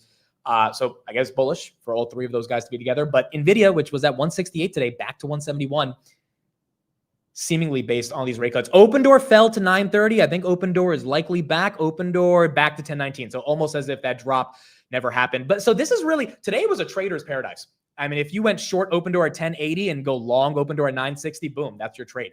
And that range is not as wide for a lot of other stocks, but for a lot of other names, you know, within 3 to 4%, you were able to make some decent trades out of it and potentially get some entries or potentially get some exits. So not too bad for the entire market as we're seeing if we can end up going green towards the end of the day. All right, before we get Kris on the channel, real quick, let's just cover this Palantir news. It's breaking, or it broke about an hour ago. And so I'll do a little bit more digging on this and then we'll see exactly what's going on. But apparently Palantir is winning a $1 billion contract. This $1 billion contract is in the UK with the Ministry of Defense, and it is going to be 750 million pounds, which is about $990 million. The armed forces will identify targets on the battlefield in any future war using technology created by Palantir. British commanders will be able to efficiently eliminate enemy forces using a highly sensitive system powered by AI. Part of the move is designed to change the way the military fights. Also, Palantir is committing to invest 1.5 billion pounds in the UK over 5 years. Not bad. So they're getting about $1 billion from the UK for this technology, and they're going to be investing 1.5 billion. Palantir's second largest office outside of, I think, DC is in the United Kingdom. So it makes sense that they're probably going to be investing, hiring more, and engaging with that country a lot more. It is their largest country outside of the United States in terms of revenue generation. So that also very bullish for Palantir. Palantir right there, 169. Robinhood breaking 119. Let's see if it can get some momentum above the 119, 119.13. You got Rocket Lab right here, 48.17. That is also green. UNH, that is also green. 340, not too bad. Nebius, that is also green. You're seeing a lot. Nebius 5%, not too bad. A lot of these data center names that were down in the morning starting to get some momentum as those names go green. Kris Patel, how are you? Good, man. Dude, that was a very interesting FOMC, right? I the entire time I'm listening to this, I'm like, Powell is like talking about how inflation is still going to be with us. And I'm like, every data point that I'm seeing is to the contrary. Shelter is rolling over in most of the country right now, right? If there's areas that are not growing in valuations on homes, sales are actually down. There's other parts that are absolutely getting crushed. You go to Florida, Texas, Georgia, anywhere in the Sun Belt, prices are coming down. California, Arizona, even in the West right now, you're starting to see inventory come up, and and people are just not buying homes. They just can't afford them. Affordability is being challenged right now. So shelters rolling over, energy. Before we get into shelter, did you think he was Yeah. hawkish or dovish, or do you think it was kind of basic and that's why the market's relatively flat? The funny thing is he was like hedging himself the entire time he was having this conversation, right? He's like, well, we decided to lower interest rates, but there's also the risk of inflation reaccelerating. So this is one of those times where he I think he would have wanted to keep rates where they were because he was just very unsure of himself, but he knew that there was a lot of pressure on him because the data that's coming out is showing that things are slowing down. It's just not at the quick pace that he wants it to come down, and I think that's one of the reasons why he was just like, well, labor is actually very important and labor is rolling over. And I'm like, bro, just commit to something. And he was non-committal. So he said what he said, but he was also at the same time very like hedgy with this conversation. I think that whole transitory thing got his confidence totally messed up. So he's like, I don't want to say anything that's going to be like soundbited in a textbook 20 years from now. Kris, real quick before we continue, we do have a breaking news on Google. Google and PayPal forge multi-year partnership to revolutionize commerce. They actually put a Sundar quote in this, so I guess this is a big deal for them to have a CEO quote in the PR. PayPal is a leader in digital commerce, and we're excited to expand our work together to make online transactions simpler and more secure. Through this partnership, PayPal will use our industry-leading AI to enhance services and security, and we will more deeply integrate PayPal's innovative payment capabilities for a better experience across Google products and platforms. PayPal CEO says, in this emerging world of agentic commerce, trust and innovation are key. Together with Google, we are leading the way for digital commerce, ensuring greater opportunities for merchants and users worldwide. We are bringing PayPal's products and services to billions of Google users and redefining what's possible at a global scale. Kris, you do own Google. Any quick thoughts on this one?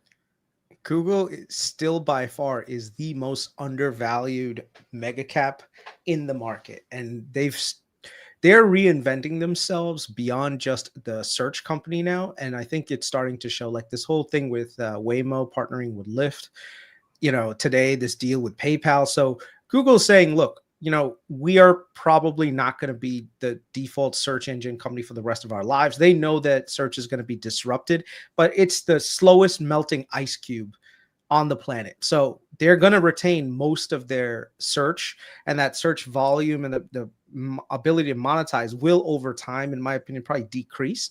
But then Google's smart enough to know, like, hey, if we build all these other services that can supplement a lot of that revenue, then we'll be good, So that's why they got like their Google Cloud division. Now they're working on payments. They've got Waymo with autonomous. I mean, Google has shown itself to be a producer of amazing technology innovations. They've got, even from an AI perspective, they've got their TPUs and everything else. So Google is still, a lot of people counted Google out, and I think Google right now is getting finally some love from the market, saying, look, even if search is slowing down in terms of growth, and by the way, that hasn't even been reflected in the numbers just yet. So until that gets reflected, Google's like, whatever, doesn't matter. We'll move on to the next. And Google, dude, I can't imagine myself in 5 years, 10 years, 20 years without my Gmail. I can't, my workplace, we're switching over to Google Workspaces from Microsoft Office. I mean, really? Yeah, Google's gonna do well, man. They're really. Are you still in all your Google spreads? Yep. Letting them ride, man. Let them do their thing. Okay. I'm actually disappointed. I'm a little bit disappointed in myself though, because when this thing had tanked, I really should have loaded the boat, because I was when you have you're a little nervous, like any normal person.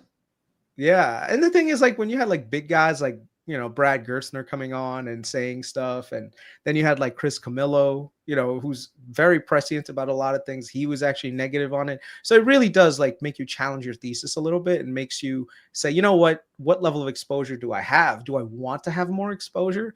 And at the time, there were other opportunities like UNH that I thought, I was like, oh, you know what? This is probably a little bit better to be in. And it worked out on UNH side, but damn, Google, if you look at some of the options on Google at the time, they were trading dirt cheap for the valuation that we had with it. So yeah. Kris, why do you think bond yields are selling off a little bit? And do you think we can actually get the 10-year below 4%?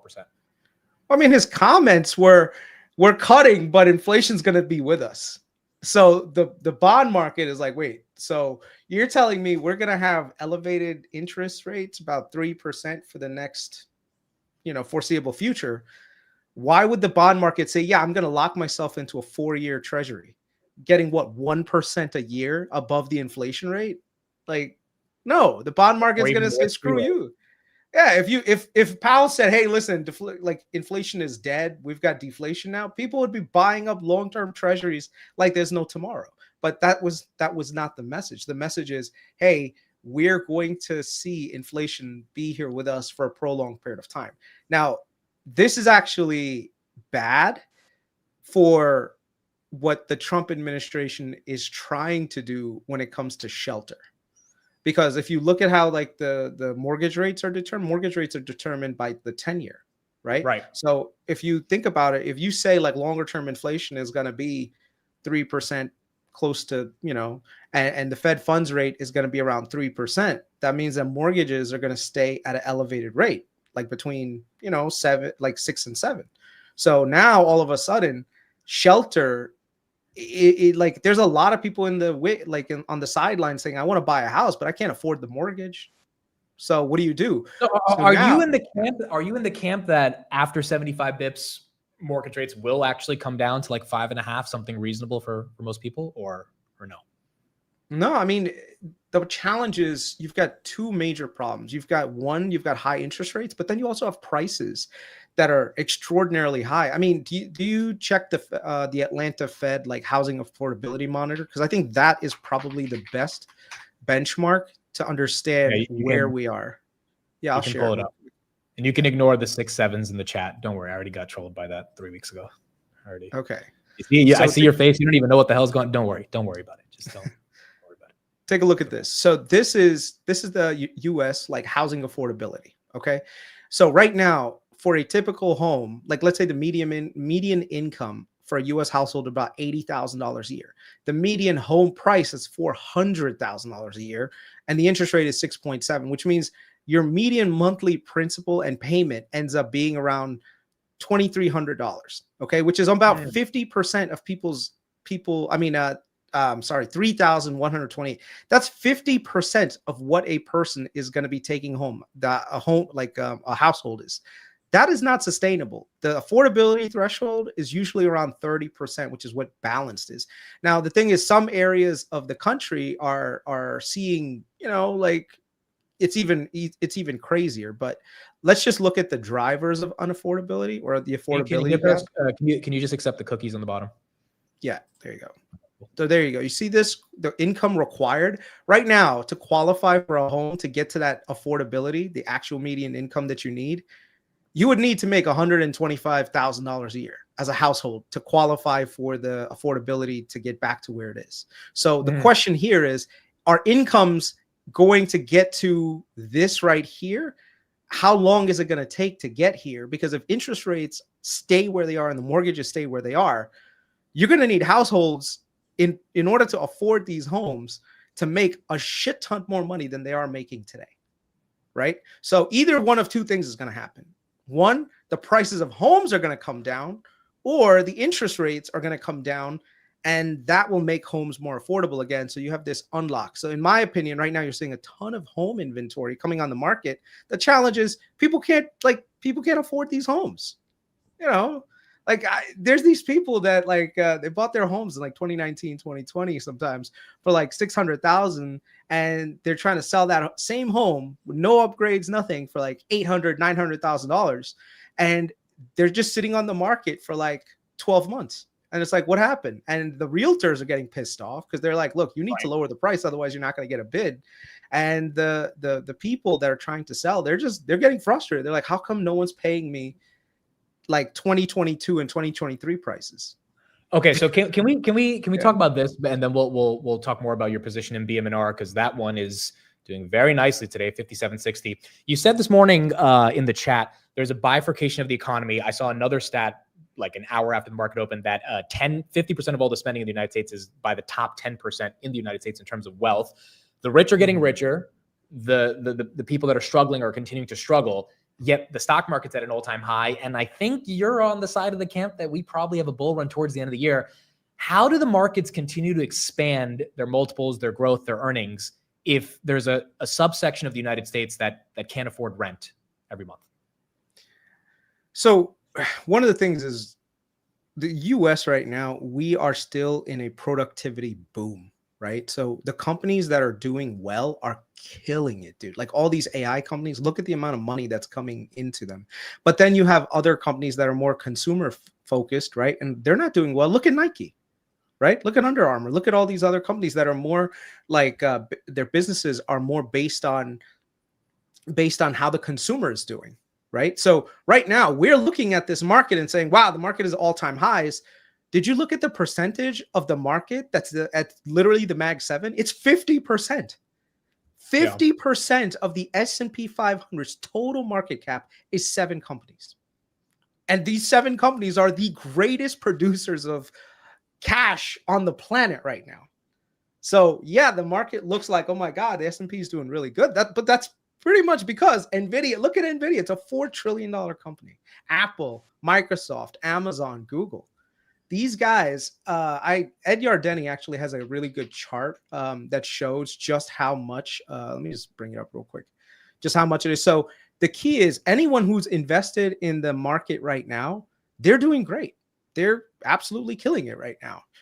But the problem is this other subset of the population, the bottom 50%, they're struggling, man. And do you think that bottom falling out is a threat to the entire equity markets? Like, do you think that's a legitimate way this falls apart? No, I think there's a scenario where these other companies are likely to catch up though. You know, the valuations, if you look at, let me just bring it up real quick, because once you see it, it makes a lot of sense. So let me just while you're doing that, Bitmine right here, 57.90. That's trying to break 58, has not broke 58. Let me actually check resistance on that. Again, you got a lot of names. It looks like we got 18 minutes left until the market closes. I mean, so far it was not a definitive sell the news. We still have 20 minutes left. 58 has 3,000 shares of resistance. So not a lot of resistance there. Tesla, 427. I think that's the highest has been all week, which is incredible. Almost 428. NVIDIA again back to 170. Grab holding nice above 6. 4 days in a row. It's going to close at 6 in the next 15 minutes if we can hold 6. And on top of that, I mean, again, the volume, I don't know where it's coming from. Grab volume, 97 million. It's going to be 4 days in a row of 100 million shares traded, which is quite incredible. Someone says I was down 100,000. Now I'm up 2,000. Yeah, I can imagine for a lot of people, you were probably down a ton. And that is reversed in the past 20 minutes. Okay, let me just bring it up. Share screen. Okay, let's take a look at this right here.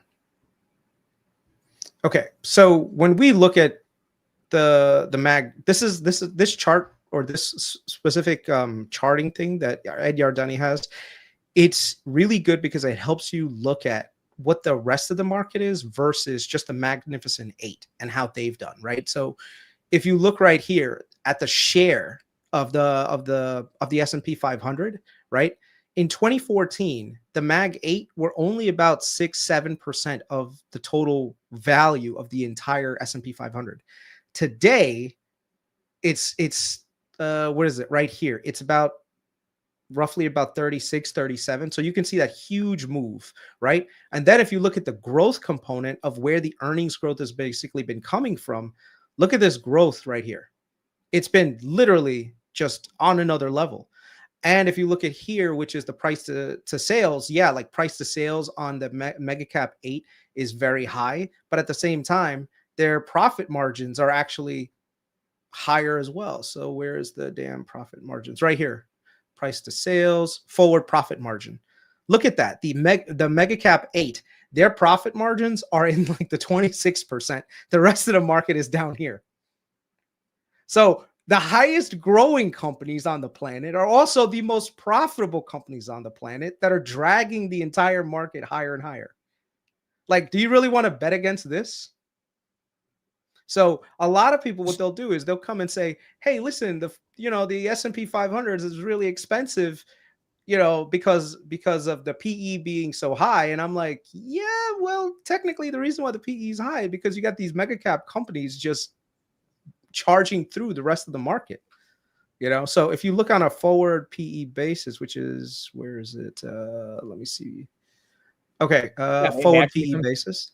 They become cheaper. Yeah. So if you look at the S&P 500 without the Mag 8, it's about 18, which is not expensive. I mean, it's high, but it's not like, oh my God, the end of the world high. Like if you look at, especially if you compare this chart to the 2000s, where literally the PE ratio was like 40-50%, and that was the entire market, that was a bubble. So right now, what we're more likely to see is some of these other sectors starting to kind of catch up a little bit, so more money could eventually trend into some of this. So if, like, let's say the Mag 8 slow down for some reason, I don't know, maybe AI takes a slowing path, then maybe we see more people rotating into the rest of the market. So I think Tom Lee's correct in that we're not in this like giant bubble territory where we're going to get a 20%, 30% crash. Could we see a recession? Absolutely. But this administration's proven time and time again that if they see any sort of recessionary moves, they are willing to make every policy decision possible to get the economy back up and running again. So BM&R 58.16 up 4%. I think you increase your position today by like 20%. I'm just why are you so convicted on this? What's going on? There's literally just two charts. Let me just show you. Right here. Once you see these two charts, it makes too much sense to not be in it. First of all, everyone here knows the stablecoin legislation that's going on. The Treasury Secretary has spoken about it as well.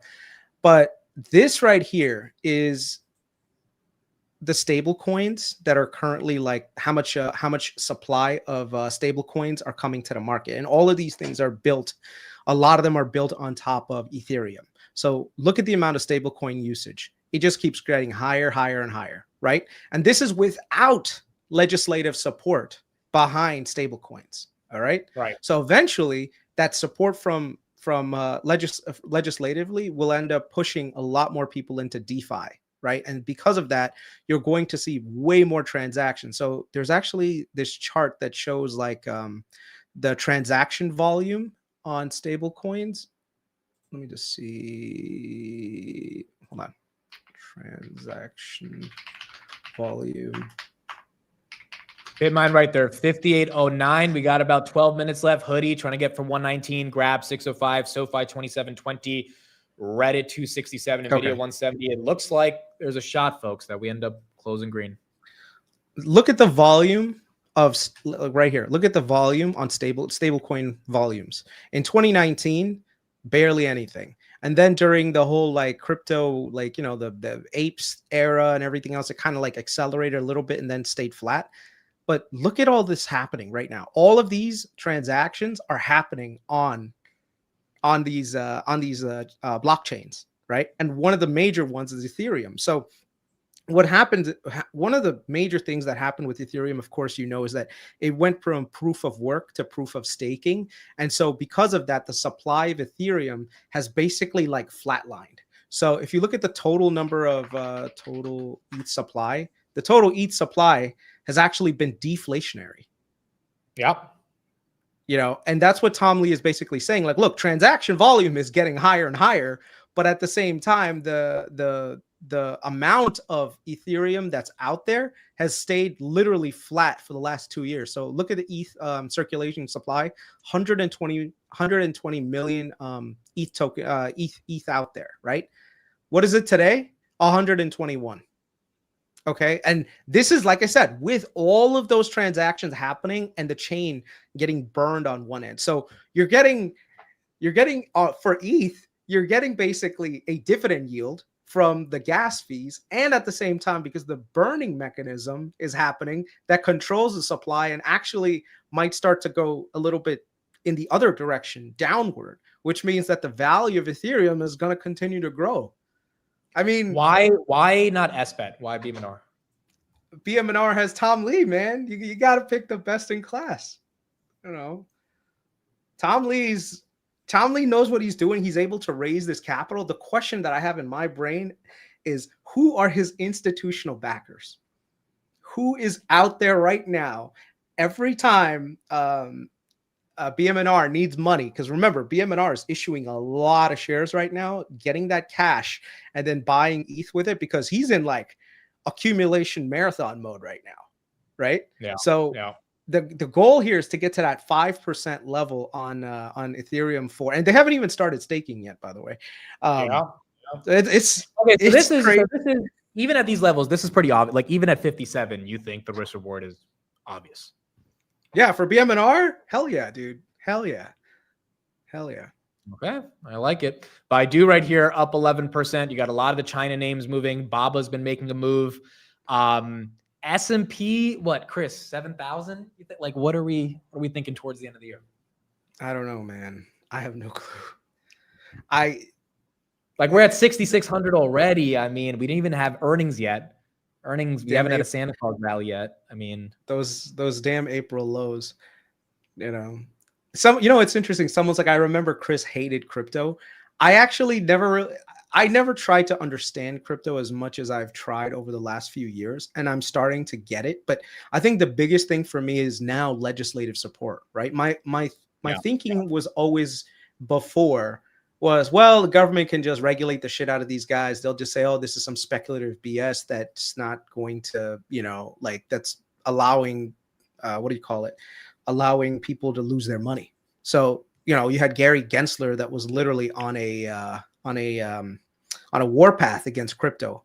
So, my thinking was, hey, now on the other hand, you've got the Treasury Secretary, and I said this at breakfast, if you remember in Vegas, I said the goddamn Treasury Secretary is talking about how the growth in stable coins will allow for more supply of treasuries to be bought up, which is insane if you think about a Treasury Secretary being pro-crypto. And then you've got all the regulatory nature behind it. You've got Congress. And by the way, this is something that's another shocking thing. There's bipartisan support for all of this crypto legislation. Like Democrats are voting with Republicans to pass this legislation. Like Democrats and Republicans don't agree on anything. Yeah, sorry. And in 2021, 2022, it almost seemed like the government was afraid of like cryptocurrency undermining the dollar. Now, 4 years later, cryptocurrencies are the reason the dollar might not go to crap in terms, at least for treasuries, right? Absolutely. And so it's a totally different paradigm shift, which makes sense for why Tom Lee's calling it a macro trade, because he's a macro guy. He's not like, he's looking at the macro and looking at what could obviously be taking place here. There are just so many use cases that are coming online for stable coins now. So do you know that when these legislative things come online, for public comment, you have all of these people that are allowed to comment on legislation, right? If you look at the comment section on the some of the acts that are being put up there, what's it called? The Clarity Act. Let me just bring it up. Genius Act, right? No, the Clarity Act, which is a new one right now for digital assets to give an actual Chris's price target is 100 guys by end of year. That's what he's calling for. Yeah. Everybody put your S&P price target in the chat. I'll make a poll as well, but I'm curious how many people think 68, 69, maybe 65, 7,000. I'll do a poll. And let's see what people think. We got 6 minutes until the market closes. So far, S&P is not green, but everything else is relatively green. If not, it's basically flat, which is not the worst way to end out the day. Okay, so this right here was from public comment section about the Clarity Act, okay? These are the different people and different organizations that basically this is how, this is what their input is into this legislation, right? So I'm going to ignore most of them, but I'm going to give you the ones that actually are like really big, right? So like A16Z Crypto said, yeah, yesterday was big. Market structure legislation got passed by blah, blah, blah. DeFi Education Council is not that big, but ISDA right here. The ISDA commends bipartisan support to advance digital. ISDA is huge, okay? This is an organization that basically provides ample what is that thing called? Ample guidance on how everything is, how everything works out. I mean, some of these things are small, but even the Milken Institute, as the House moves forward, the Clarity Act, Senate's Genius Act, and anti-CBCD Act, Milken Institute commends bipartisan and bicameral legislation. Big guys are supporting this thing. Okay, this is not just, hey, there's a couple of, crypto like what are they called? Like just crypto bros trying to get the things across. These are real people with real money, with real, let's just say it, with literal connections from the donations page hitting these guys. And it's gonna get passed. And when it gets passed, there's a lot of people that are gonna be building on. I mean, MasterCard is building stable coins now. Every legitimate organization is trying to figure out how they can utilize stable coins in their operations to reduce cost, make transacting easier. And all of those things are being built on the damn Ethereum network. So yeah, Tom Lee sees something that's fairly obvious once you kind of just open up the kimono a little bit. Yeah. No, I agree. It's why at around 40, I mean, my entry was a little aggressive at 49, but I've been DC. Stable, and we are not even talking that much about tokenization either. Like there's a lot of different things that, and you and I are more sort of fundamental guys. Like Ethereum has a use case, which is why I think we're seeing it. Like a company has a use case, right? There's earnings for a company. Yeah.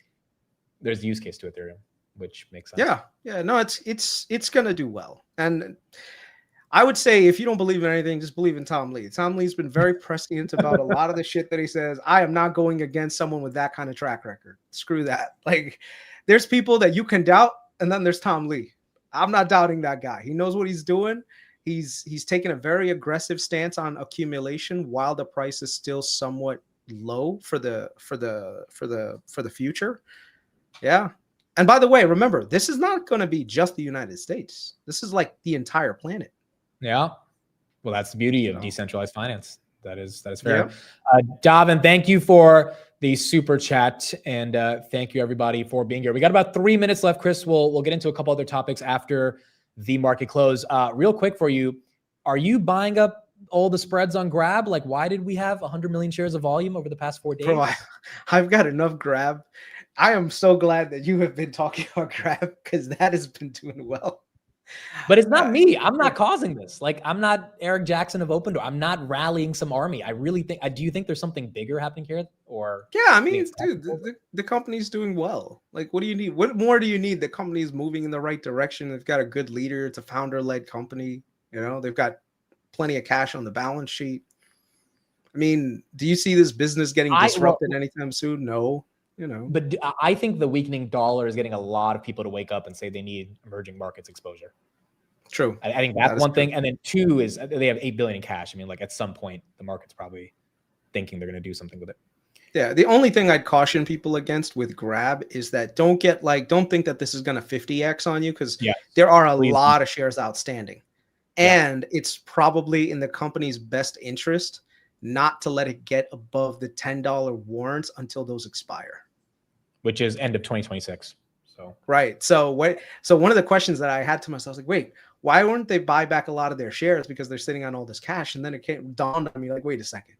If those warrants, go on, like if they basically let Grab stay under $10, those warrants go expired. And basically that just brings more value to shareholders.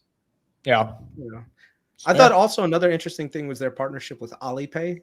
You see that with I saw that in the open. Hey, I haven't gone that deep into it, but Mike, one of the guys who analyzed Grab, he thinks that's like a Palantir 2023 Q3 type of announcement, and we might see that in the earnings.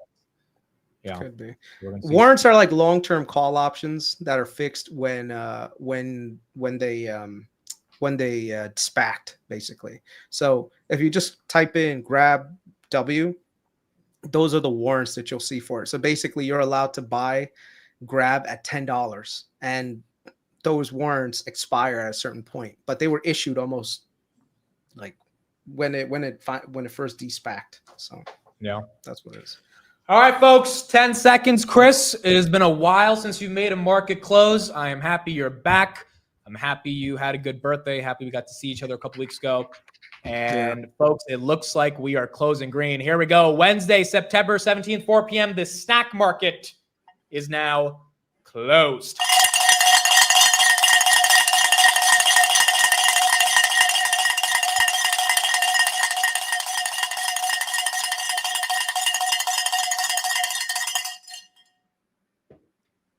extra long bell for D-Wave, Iren, just a bunch of these names that have absolutely taken off today. So congratulations to everybody. And we got our 25 bips rate cut, which is not too bad at all. There you go. All right, so we'll get Chris's thoughts on a bunch of other things, but real quick, let's just read off some of these tickers. Tesla ends at 426, not too bad. Grab 608 on the close, not too bad. Google 249, SoFi back to 27. Looks like she wants 30, hopefully in the coming weeks. AMD right there, 159. S&P 659, literally flat on the day. So nothing too crazy on the S&P up or down. Meta right here, 775. I will be live at, I think, 7:30 Eastern for Zux's Meta Connect. He's going to be introducing some glasses, maybe some new language models. So we'll see what Zux shows, but I'll be live later today on that. Apple right here, 238, SMCI 4489, App Lovin closing above 600, second day in a row. Not too bad. Enphase 3876. Circle was up 8% in the morning, ended down 3% of the day. So that one's been relatively volatile. Hims right there at 50, Roblox at 135. Did we get 57 on BM&R? We got exactly 57 on BM&R. We got all the way to 58.46. I'm so bad. disappointed in myself, bro. I put a freaking like 200 spread order on BNMR the other day for like 3. I got greedy. I was like, man, I really should buy this right now while this thing is I'm trying to get to that 500 spread level, man. I don't know if I'll get there, but we'll see. Okay, so let's just explain your position real quick, and then we'll get into some other topics. So you have call debit spreads 75 to 100. That's a $25 spread. 100 minus 75 is 25. You have 326 of them. So the max you can make, 326 times 2,500, right? Is that So how you calculate? yeah, 2,500. Yeah, 2,500, right? Would be, oh shit, not 815,000. And Kris Mateo has put in $3.90 on average, which is 326 times 390. He's put in 127,000. So 850 divided by 127, that's basically a 6.7x. And you have until January 2027 for that to get to 100. I mean, seems possible. Seems very possible. The mathematical formula is there, because if you think about it, Tom Lee will be issuing shares at the same time as Ethereum going higher and accumulating more and more and more ETH, right? So the market cap of eventually he'll get to that 5% targets. I mean, not 5. So which ends up being about 6 million coins, right? 6 million ETH, right? At 6 million ETH. And then you kind of just adjust like, okay, what is the price of Ethereum going to be? And you just kind of game that out. Let's say 6 million, right? Times, I have the mathematical calculation, like it's sitting on my laptop, but basically you have 6 million you have 6 million ETH that's going to be there. Let's say on average, Ethereum is 7, maybe 8,000 by that time, right? Just doubles from here. Multiply that against it, and then you have to try to figure out like how many shares were actually issued. My target right now is that he's going to probably issue between 500 and 600 million shares total. So you're going to see like the total outstanding shares about between 500 and 600. And then at the same time, you're going to have 6 million ETH. And then you just mathematically get it there. So it ends up being somewhere between $100 and $150 a share. So me, I just took the low end to be conservative, and I gave myself a year time frame. So, I'm not going to say like if this thing goes above 100, I'll probably sell some of my position just to get my initial out and just leave the rest running and let it do its thing. I think it's fair. I think it's possible. Rushil says, isn't 50 to 100 less riskier? So why'd you go for 7? Well, the thing is, what you're going to see is because it's further out of the money, as this thing moves up, it's actually going to move up with it. The other thing is I'm counting on some of the IV crush happening as well over time as the price kind of stabilizes as it moves higher. That's what I'm counting on. But yeah, that is true. You can do something like that as well. Yeah.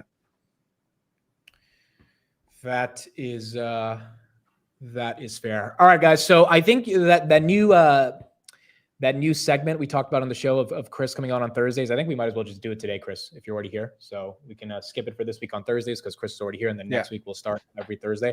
So we'll try to keep him on for 30 more minutes. And for those that have any questions, let's get some questions in the chat on anything you're curious about his opinion, then we'll go from there. Kris, this one keeps popping up. Next decade. We know our boy Matt Money's buying it. Are you buying aggressively with Matt? Not right now. I'm not buying. There's better opportunities right now, but it's still good value. But your time horizon for next decade has to be extra long. Okay, VG, any update on this or just continuing to DCA? Just DCAing in, once again, DCAing in. Okay, Duolingo. This is ruining my stock draft, which let's pull it up again. Matt's up 24. I'm up 23.9. Steve's up 4. Tanner's up 16. Kris is up 9.5. What are your thoughts on the green owl? I don't know, man. The sentiment is bad, which usually means it's a good thing. I believe in the leadership.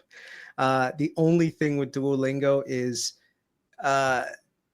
their business model has to work out for them so that they make more money. I don't know how much growth that they have going for them, especially with a lot of the stuff that like Apple is showing off. But I think do you think they're actually dead, or is this just FUD? No. I have to look into it more. I haven't looked into it in a little bit. So okay. Someone said just made my first 100K realized year. Congratulations. Absolutely incredible. I know a lot of people were tweeting or posting in the chat that they just got to their first 100K, which is absolutely incredible. And, it's the beauty of investing and trusting in the markets and allocating capital. UNH, Kris, what are you thinking? End of year, sticking to around 370 to 400, or do you think that's going to take some time? Yeah, that's about right. I mean, depends on what kind of guidance that they give for 2026. They're probably going to be very conservative with their guidance. So probably 20 it would be my guess. They said that they were going to have margin improvements for 2026. Right now, their EPS is about 16 and some change that they've guided for this year, but that's including almost $2 of a charge. That's a one-time charge. So 18 is what technically the adjusted should be. And then on top of it, you've got margin improvement. So that should be at least another $4, but they're not going to say 4. They're going to say 2. So they're probably going to guide for $20 a share. And usually this thing trades between 18 and 20 PE. On a forward basis. So if you think about margin recovery going forward, that justifies that somewhat elevated PE level. So like I said, it could be between, 300, 400 for this year on a forward basis. And then 2027 is where things get really interesting, because by that time you should have beats and raises for everything in 2026. And in 2027, they'll probably do another conservative guidance of about 25 and they'll hit 27. So if you do the same 20%, 20 PE, you get about $540 a share, and this is with a 3% dividend, share buybacks. And yeah, so they've got margin improvement. They've got the ability to buy back shares while the stock is undervalued, and they're still growing top line, because if you look at healthcare always just goes top line higher. So, right. Yeah, and obviously, for anyone who got in at 230, I mean, the thesis is playing out really well. These are the top 20 stocks that were traded, guys, in the options market today. You had NVIDIA and Tesla, number 1 and 2. NVIDIA, 2.6 million contracts. Tesla, 2 million contracts. Open Door was 1.8 million. That is now number 3, and it's been in the top 5 for the past couple of weeks now. Then you had Rigetti with Quantum, Palantir, Apple, iBit, Amazon, AMD, Snapchat, Lyft, SoFi, Oracle. Neo, Plug Power somehow got in there today. JD, Broadcom, Uber, and MicroStrategy. Kris, couple rapid fire questions. SoFi and HIMS. Any updated thoughts on those two names? Not really, only because HIMS has to figure out ways to keep challenging the GLP-1 narrative, right? So it's just a very volatile stock. The thing is, they make money on GLP-1. So if there's any sort of legislative crash where, Novo Nordisk and Eli Lilly, they got some powerful lobbyists on their side. If they're able to somehow convince them that they need to kind of hammer down on these guys with their GLP-1s, it could lead to some underperformance by HIMS. But yeah.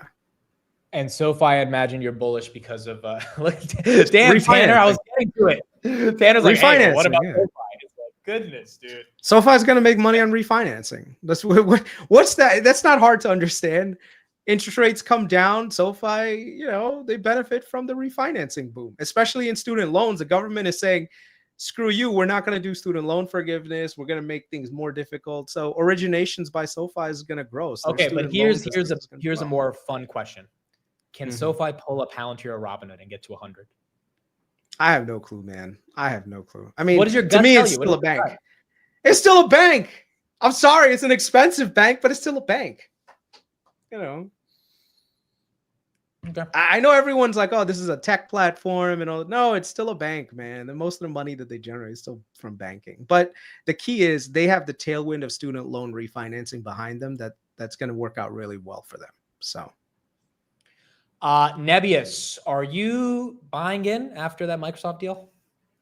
I didn't buy in the 20s like an idiot. Like Sam really tried to get me to buy. I was like, I'll buy in a little bit. And then it kind of just got away from me and it just keeps getting higher and higher. And now I'm like, damn it, should I buy? But you know me, I'm a Patel man. If it's not on discount, I can't buy it. Which has always been like one of my major investing flaws. So it's hard to buy expensive things for me. So But it's not expensive. But yeah, Nebius is good. Right?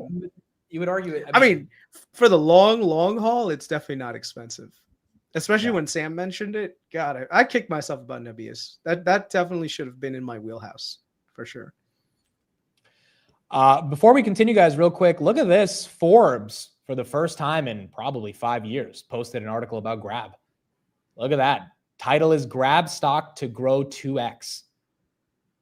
I haven't read through it, but I'll put it in the chat. But I mean, when Forbes, Wall Street Journal, they start talking, I mean, a 2x is my target, right? $10. So it's like, that's the first time we're seeing it on How many spreads do you have? How many spreads? 2,500, you said? Jesus Christ. Yeah. If it goes to 10, we get a $500,000 payday. Nice. So, well, hopefully BMNR and Grab do the job for both of us. I have about 1,000 spreads on Grab, but I have the more conservative tamed ones. I have the $5 750s. So Amir came on the channel and said PayPal will double in 2 quarters. Do you agree? PayPal needs to get its revenue higher again. Like their revenue growth rate has been slipping a lot. And so they really need to get that. They're doing the right thing, which is buying back their shares with all that excess cash flow, but it is possible, especially if they get the wind of like stable coins and all this other stuff. If they can somehow work that into their profit margins and boost up utilization, then yeah. But I don't know. PayPal could actually be hurt by a lot of this move in crypto. So it depends on. I honestly, I'll defer that to Amir. I haven't done enough research on PayPal other than their revenue growth rate is gone from like double digits to now almost like 4%. So IONQ is mooning. After hours, IONQ will provide design and execution of orbital demonstration of quantum secure commune using satellite platform. That is your news, folks. Shout out to Dragos. I know he's heavy in IONQ. I don't know exactly what that means because I'm not that well versed in quantum, but I mean, it kind of explains why this thing was probably, someone probably knew that there was something was coming out today because it barely budged through everything that JPAL was saying. Wow, 70. This thing, to give everyone some context, was $8 in September 2024. So $7. So I mean, monster move up 8x, just the equity, no options on this thing over the past year. Kris, Oklo was $6 in September 20. I know we were looking at it, and that's 90. I mean, what is your take on all these names, these little names that I would not say are junk or meme stocks or anything? Maybe they don't have revenue or earnings, but they have the projection of getting those revenue and earnings in a very large market like quantum or energy with Oklo. Do you think that's justified that those names are taking off? Depends on like if they can prove out their technology. I think a lot of times the market gives too much credit to ideas, and that's how you know that you're kind of in like the speculation zone. But then you take a step back and you realize, wait a second, this is actually not the greatest idea on the planet. Like, remember when Bird scooters were coming around? Everyone's like, oh my God, Bird is expanding to 27 cities. Oh yeah, that's going to be great because they're going to make so much money. And then eventually the business model didn't work out. you know? So I think sometimes the ideas themselves are transformational. The question is, can you build a business around it? You know, Yeah. and so right now with quantum, a lot of people are saying, oh, this is going to be the next big thing. This thing could revolutionize X, Y, and Z industry. And then, you know, we're in the like the investing stage, but eventually the show me stage comes. Right. And if the technology does get proven out, like NVIDIA's GPUs and the chat GPTs of the world, then the valuations will get justified. And if not, then shit, the market will spit you out, you know, because eventually you just have to keep raising capital. I mean, that's one of the reasons why I'm not necessarily as bullish on something like Rocket Lab as other people are, because even though people are like, oh my God, Rocket Lab's going to be like this big company. And I'm looking at it, I'm like, yeah, but at the same time, I don't know the business case for it. That leads me to believe that this company can self-sustain itself. The cost of satellite launches are coming down exponentially. So how do you build a business around a service that's getting cheaper by the day? And then you have competitors that are willing to burn cash and capital, both on the government side and on SpaceX's side. So I'm not saying that Rocket Lab's a bad company. I just, like I said, I don't know if the business model is something that could work out. So you can have a revolutionary technology, but remember, you also have to build a business model around these technologies. Somewhere Matt is hyperventilating. By the way, I want to give a quick shout out to Matt and Kris. They have officially restarted Cash Flow Chronicles, which is their podcast. I'm putting that in the chat so you guys can subscribe to them. Are you guys going to do it every day or every week? Not every week. Every week. We're gonna try to do twice a week. We'll see how we can get it to happen. No, but I think the main thing is with Matt going to, you know, Miami, and then he went to Rocket Lab, and he went to some other place. I don't know if he actually discussed the other place, but he went. So he got to actually meet a bunch of people, and I think we both realized that it's important to meet and make connections in the real world. You know, because once you make those connections, it gives you a sort of a different like mindset on investing, and you actually get to share a lot of ideas, and you actually get to talk to people with a lot of money who can give you some really, really good ideas that you wouldn't get otherwise. So, you know. Agreed. That is fair. All right, Kris, I guess last question for you has to do with AI. Let's listen to this clip right here. CEO of Anthropic talking about selling chips to China. NVIDIA, there's some reports out today that maybe China's backing off on buying chips from NVIDIA. I don't think you're certain like how much of that's posture. I'm not certain how much of it is. But Europe, you think it's nuts that we're allowing NVIDIA to sell chips to China. Explain why. I think it's completely nuts.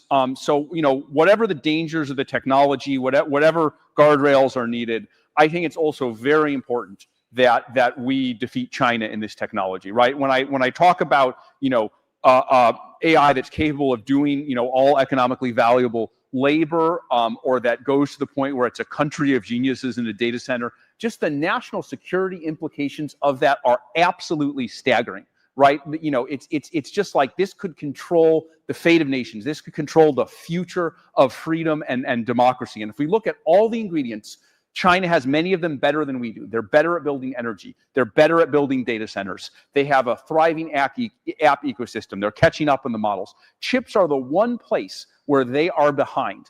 And so if we give them those chips, they will be able to get ahead of us.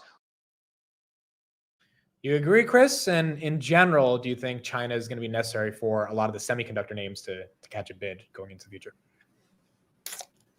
So, my opinion on this is that necessity is the mother of invention. Okay. Just because we don't give them chips doesn't mean that these guys are not going to develop their own. The Chinese are smart enough to figure that out. Will it delay them a few years? Absolutely. They don't have the infrastructure right now, but they have some of the greatest minds in the world. And at the same time, they have a spy network that's second to none. You know, they are eventually going to get it. Just because you don't share your technology with them doesn't mean that they're going to get it. So I think anyone that's saying, you know, the only thing that we have right now is these chips. Yeah, right now you have the chips, but eventually these guys are going to catch on. And when they catch on, they're going to be where you are right now. Now, I think the US made a lot of mistakes 20, maybe 30 years ago. in that they were so generous with the Chinese in giving them a lot of the business that we had. I mean, if we had someone like Trump back in the day, we would have been in a much better place because China would not have become as big of an adversary that it is today. But that you can't go back 30 years and say, you know what, maybe we shouldn't have allowed China into the World Trade Organization and destroyed the US job market. You know, at the time, everything was Bill Clinton was shilling China like, oh yeah, if we'd let them join the World Trade Organization, they're going to become more open to capitalism, and capitalism is going to open the door to democracy, and everyone's going to just sing kumbaya, and everyone was happy. They're like, oh, we're getting cheap stuff from China, yay, right? At the time, that sounded like good theory. In practice, it was, I mean, in theory, but in practice, it turned out that the Chinese, they used us, they used the World Trade Organization rules and manipulated the shit out of their currency to basically get an edge against us. We lost all of our manufacturing capabilities, and in the hopes of getting cheaper shit. And now we're at a place where they're one of our biggest adversaries. Now we have a Rome versus Carthage moment. Do you know what Carthage is, Amit? No. So back in olden times, when Rome was a superpower, there was Carthage on the other side. And basically Rome and Carthage had multiple like fights between each other. Now, the thing is, the US can say, hey, we have China, who's a rising adversary, and we're going to become, you know, we're just going to sit in our laurels and let the Chinese become bigger than us. Or as Americans, are we going to innovate the shit out of ourselves, innovate our economy, and stay relevant above? So sometimes you need a strong rival in order to motivate yourself to do more. And I think that's one of the great things about China, and that China is doing so much. But there's a lot of people in the country right now, and especially in Silicon Valley, that have woken up to the idea that we cannot let the US fall behind.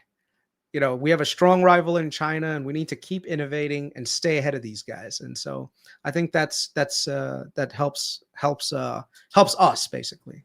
You know. So do you think NVIDIA will be able to sell chips, or no? They'll be able to sell chips to them. I think so too. I think inevitably it'll happen. Yeah, I think there's enough money behind. There's enough money behind the what is that? The political will to actually get China to get them to sell the chip. But it may not be like the latest and greatest chips, but it will be there. And the other thing is, look, the Chinese will figure out anyway. So we might as well get them to the point where they're dependent on our ecosystem rather than them developing their own ecosystem. In which case now we have complete loss of total access to their stuff. Like a good example of this is 5G technology. You know that Huawei makes way better 5G equipment than the rivals Nokia and Ericsson, right? Yeah. But we've been able to kind of lock them out using our partnerships with a lot of the European countries. But that's what the Chinese did. They innovated the shit out of it, and they've done really well because of it. So, Salesforce, think it's a buy here? I don't know, man. I'm so like disconnected from a lot of the market right now, outside of the few companies that I've been deep. What is your portfolio right now?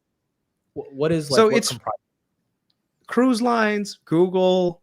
I've got Webull spreads. I've got Grab spreads. I've got Venture Global. I've got Next Decade. I've got my fixed income stuff.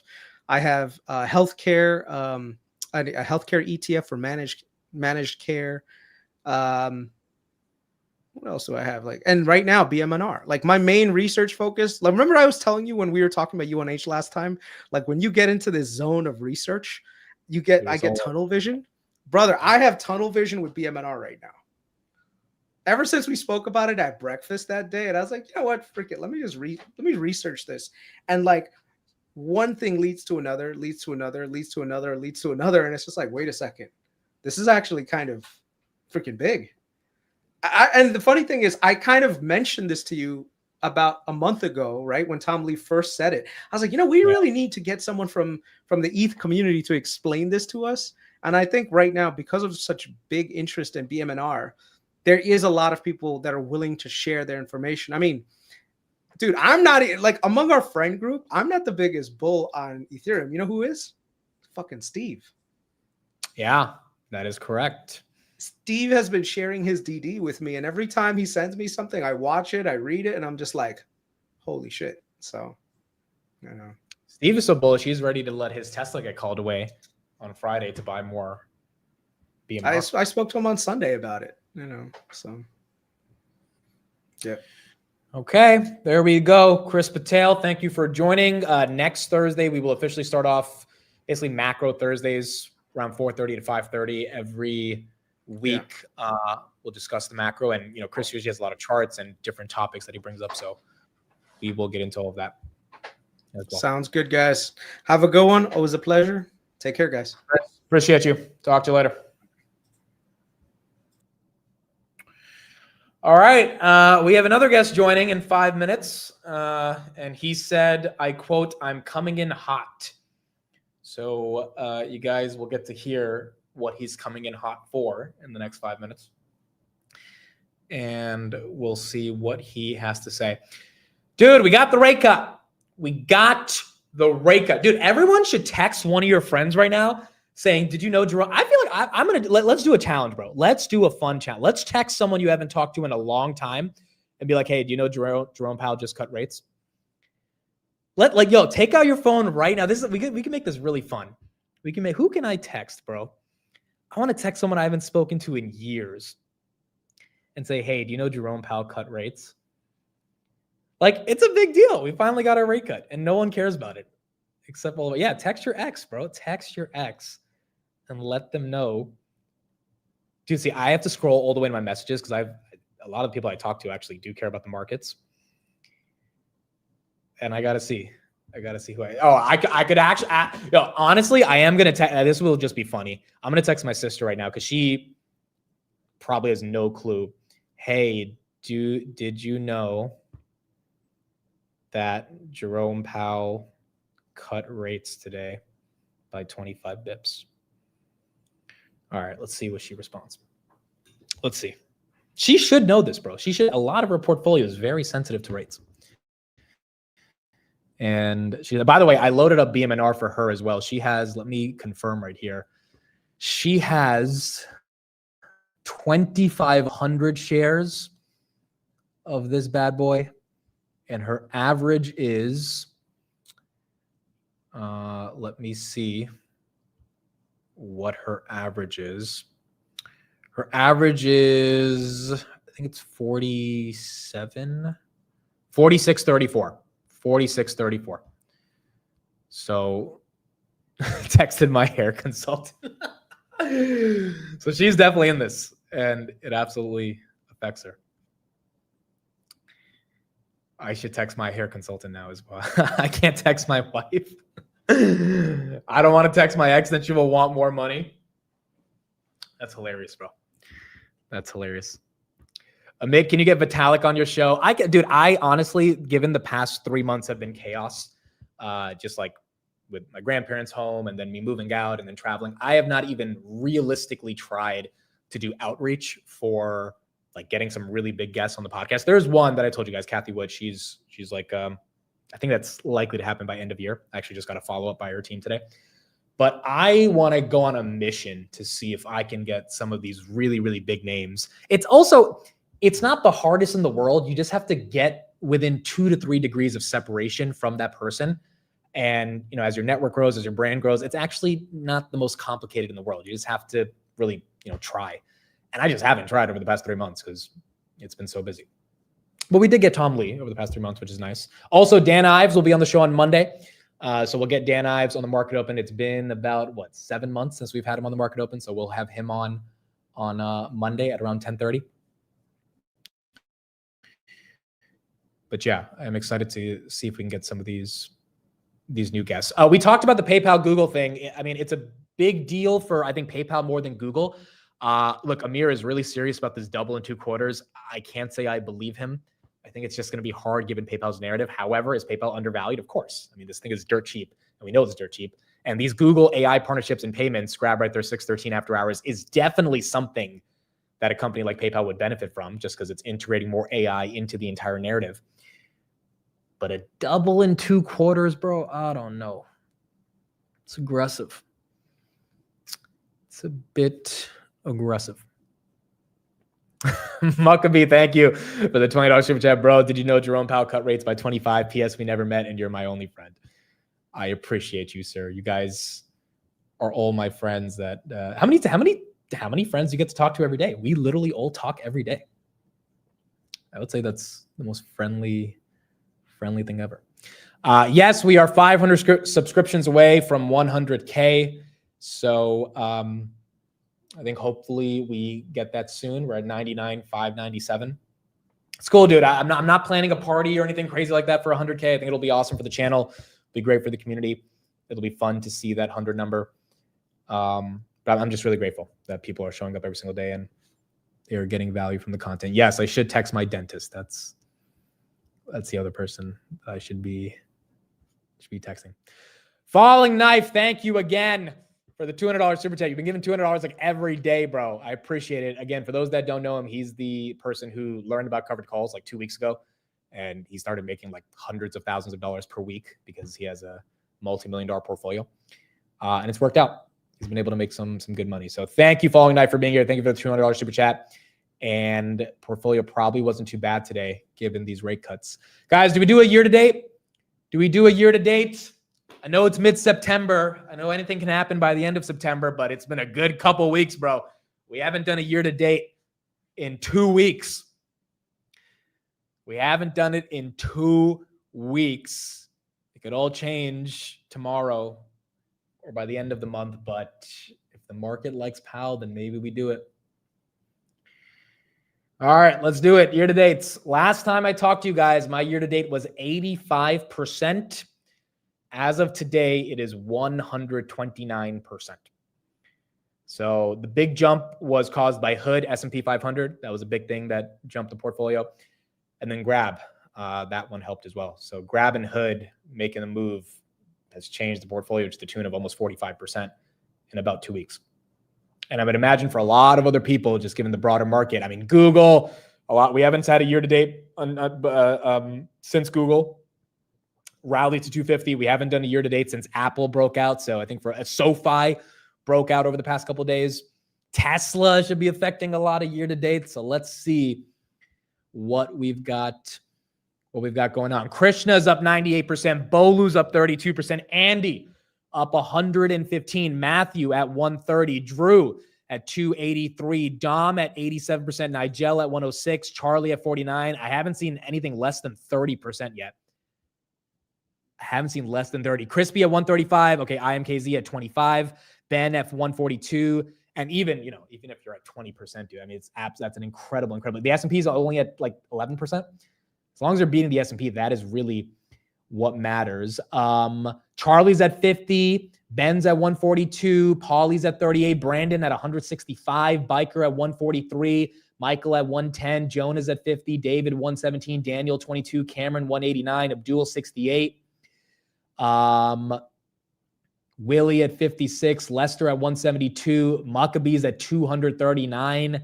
Goodness gracious, dude. Guys, I'm not going to lie. We're crushing it. We are crushing it. I know we got 3 months left and anything can change. And that's the humility that you have to have as an investor, right? It's the humility you have to have is just like knowing that it could go down as quickly as it can go up. But still, goodness gracious. That is not too bad. Not too bad at all. Yeah, I'm barely seeing anything below like 30, 40%. Either this is super toppy or it's a bull market and we got our rate cut and that rate cut is establishing the precedent for markets to continue going higher. We got a dovish Fed by saying 75 versus 50. You've got individual names like a Grab that's breaking out, like a SoFi that's coming alive, like a Google that's coming alive, Tesla that's coming alive, names that have not been participating at all year that are starting to ramp up. And then you've got corporate earnings where in Q3, if we continue to get these productivity gains along with rate cuts, I mean, CapEx not slowing down. It's just, it's really, really hard to be like, all right, it's the top. Even with all the random frothiness that we've seen, Kanye West meme coin, all these random stuff. We can name a ton of different things. A lot of that stuff still does feel isolated at the end of the day towards a certain subset of the market versus like an actual reason for why the market should be, or why someone should be bearish on the overall market, which is not too bad. And hopefully that can end out the year in a strong way as well. Lester, thank you for the $20 super chat. Thank you for the community. Very grateful to you as well, Lester. Thank you for being here, and thank you for being part of the channel. Andy, thank you for the $20 super chat. Extremely grateful for you, the stream, and more importantly, this community. Love you all. Love you all back, and let's see if we can end out the year right. I mean, 2024 was fun because, you know, all through the ups and downs, we ended the year really green. If we can just continue to end out the year really green, then it can really be fun. And, you know, we got a couple months left, so we got to be ready for the volatility. But it is nice to see in mid-September, which was supposed to be the worst month of the year, at least so far, even though we got 20 days left, we're doing all right. And, you know, the other reason it feels good is because I legit feel we have all done this as a community. I mean, so many of you, like, I'm not in D-Wave, but so many of you through the chat have seen, like, people talk about D-Wave and IONQ, and you bought in. And you know, I personally heard stories of you guys reaching out to people in the chat, finding their Twitter, DMing them, be like, hey, can I get your DD? And this, you know, this community was the reason for why that connection even happened. Google, I mean, that's a big win for a lot of you. You had like 3 or 4 big advocates in the chat, like every day, just putting more Google DD, explaining how this thing was undervalued. And a lot of us got to buy this thing at 150.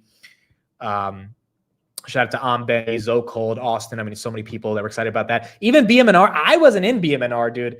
And you guys kind of really made me look into it. I was, you know, complaining about the dilution and stuff. I didn't really get it. And then we had Tom Lee come on the show, and, you know, it started to make a lot more sense. And, you know, that's a big win for me. It was like 50 grand on BMNR in like 3 weeks. And like, hopefully if that rides out towards the end of the year, that's like a quick win to pick up with 4 months left of the year. Because now, if you think of yourself as a portfolio manager, the question is how many wins can you get and how many losses can you get?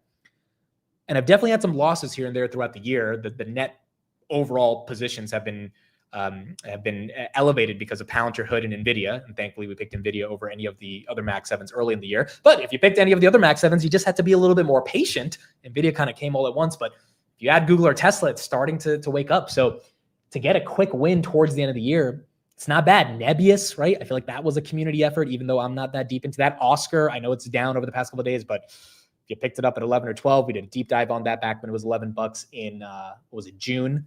You know, that one at 17, not too bad. Just a lot of these names breaking out, not for hype or BS reasons, but because they're fundamental stories that now have a catalyst and the street's kind of recognizing it, which is not too bad.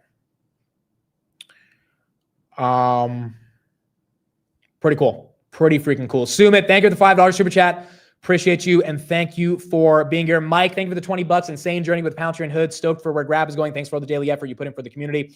Thanks for being here, Mike. The daily recaps, again, we'll be back in October. And I'm going to try to keep them really short, guys, because I know it's a daily recap, but it ends up being like 27 minutes. I'm going to really try to keep it to like 12 minutes. I want to keep it like super short and just easy to consume.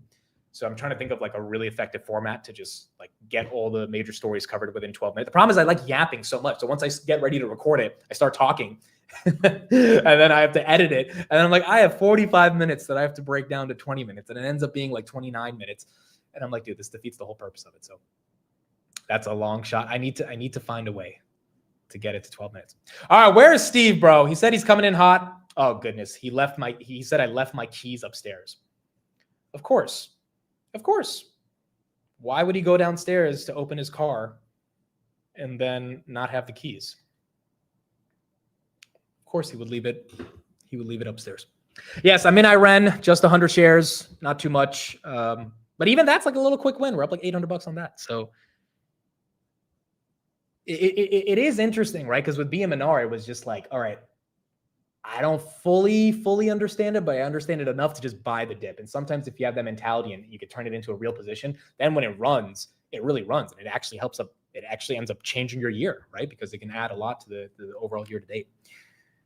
And I'm sure so many of you, I mean, dude, there's a couple of you I talked to that got into Nebius the day before the Microsoft deal was announced, and you're up 40%.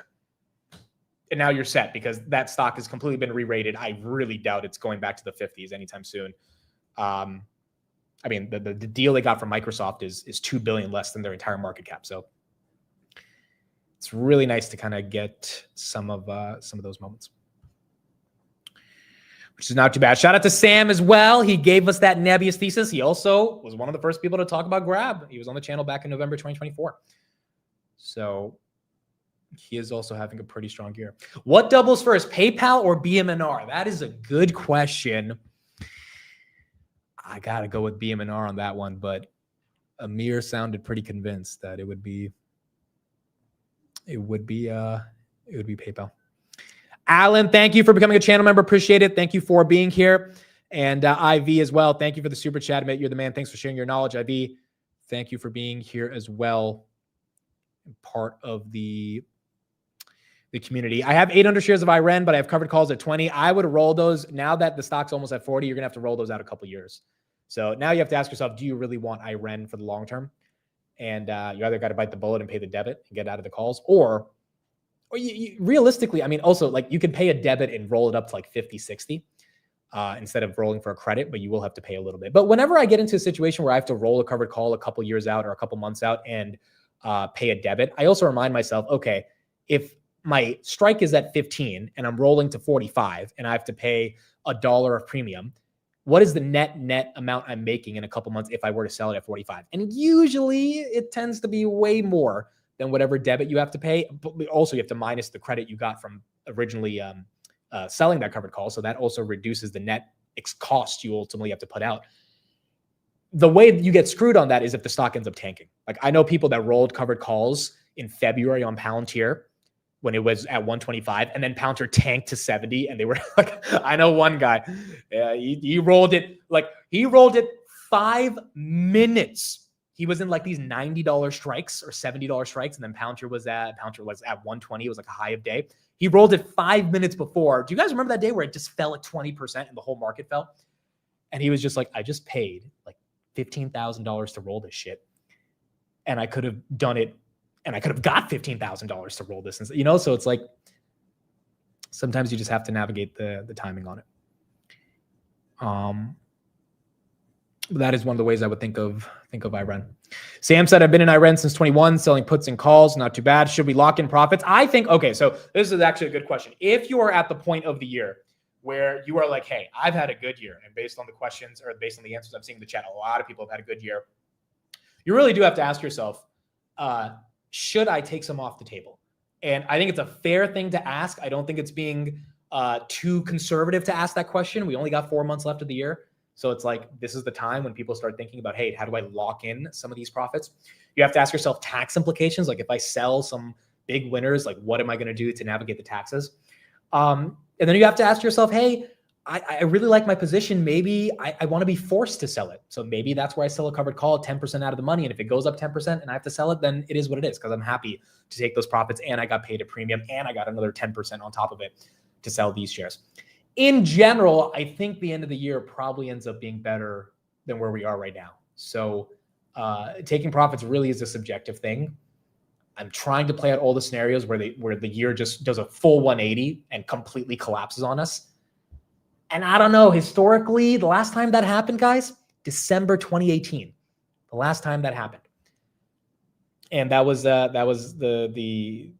was a horrible Christmas moment in December, 10 years up a little bit right here after hours because of the tariffs and a bunch of different things that happened. But we had that moment, that December 2018 moment back in April, which is why I think August and September aren't as bad as expected, because we had this waterfall 30% drawdown in April, which usually doesn't happen. You don't get 30% down on the S&P. We're not talking about 5%. We're talking about 4,800, 2022 levels. Like usually that doesn't happen. And because that did happen, I think that changed the entire dynamic of how the stock market follows historical precedents for the rest of the year. Now, 2026, that's another question. We got to figure that out. But ultimately, I think those questions are reasonable to ask. Okay, I don't know how long it's taken Steve to get his keys from upstairs, but it's been 10 minutes.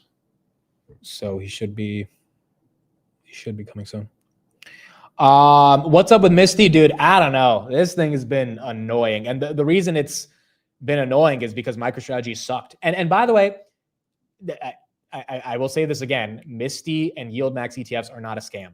If you want to believe that, you can believe that. Steve and I did a lot of research going into this. This is not a scam. This is covered calls on top of the underlying without owning the underlying, so you can sell more calls against it. And like they're just using options to create synthetic exposure and then using the return of capital to give you a dividend because of that. The reason Misty's tanking is because freaking MicroStrategy has been abysmal, even though Bitcoin's been good. And by the way, that was the risk going into it. The risk going into it, which I think Steve and I articulated many times, was, hey, if the underlying collapses, the yield max is not going to give you the best return. So I think even with the dividends, I'm down like $500 all time, even with the dividends.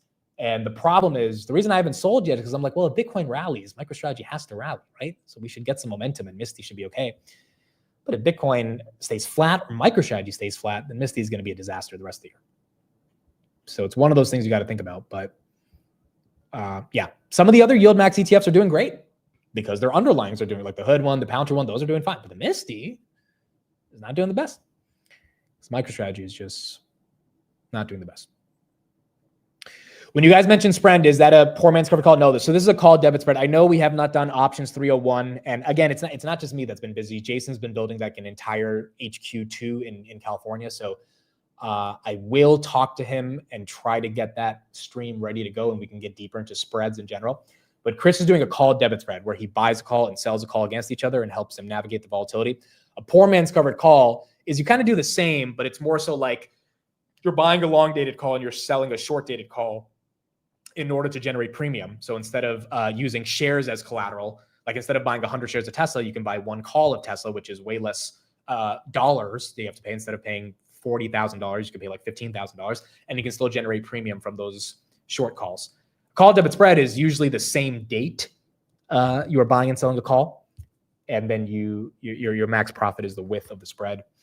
And Kris tends to do them more on a leap basis. Serious question, Amit. If I have a debit spread on Hood and both strikes are deep in the money, then I buy the short call back and still a closer call to a long call. Is that a net loss this year? Well, so it's similar to rolling covered calls, right? Like, guys, my realized P&L this year is negative because I've rolled a ton of covered calls.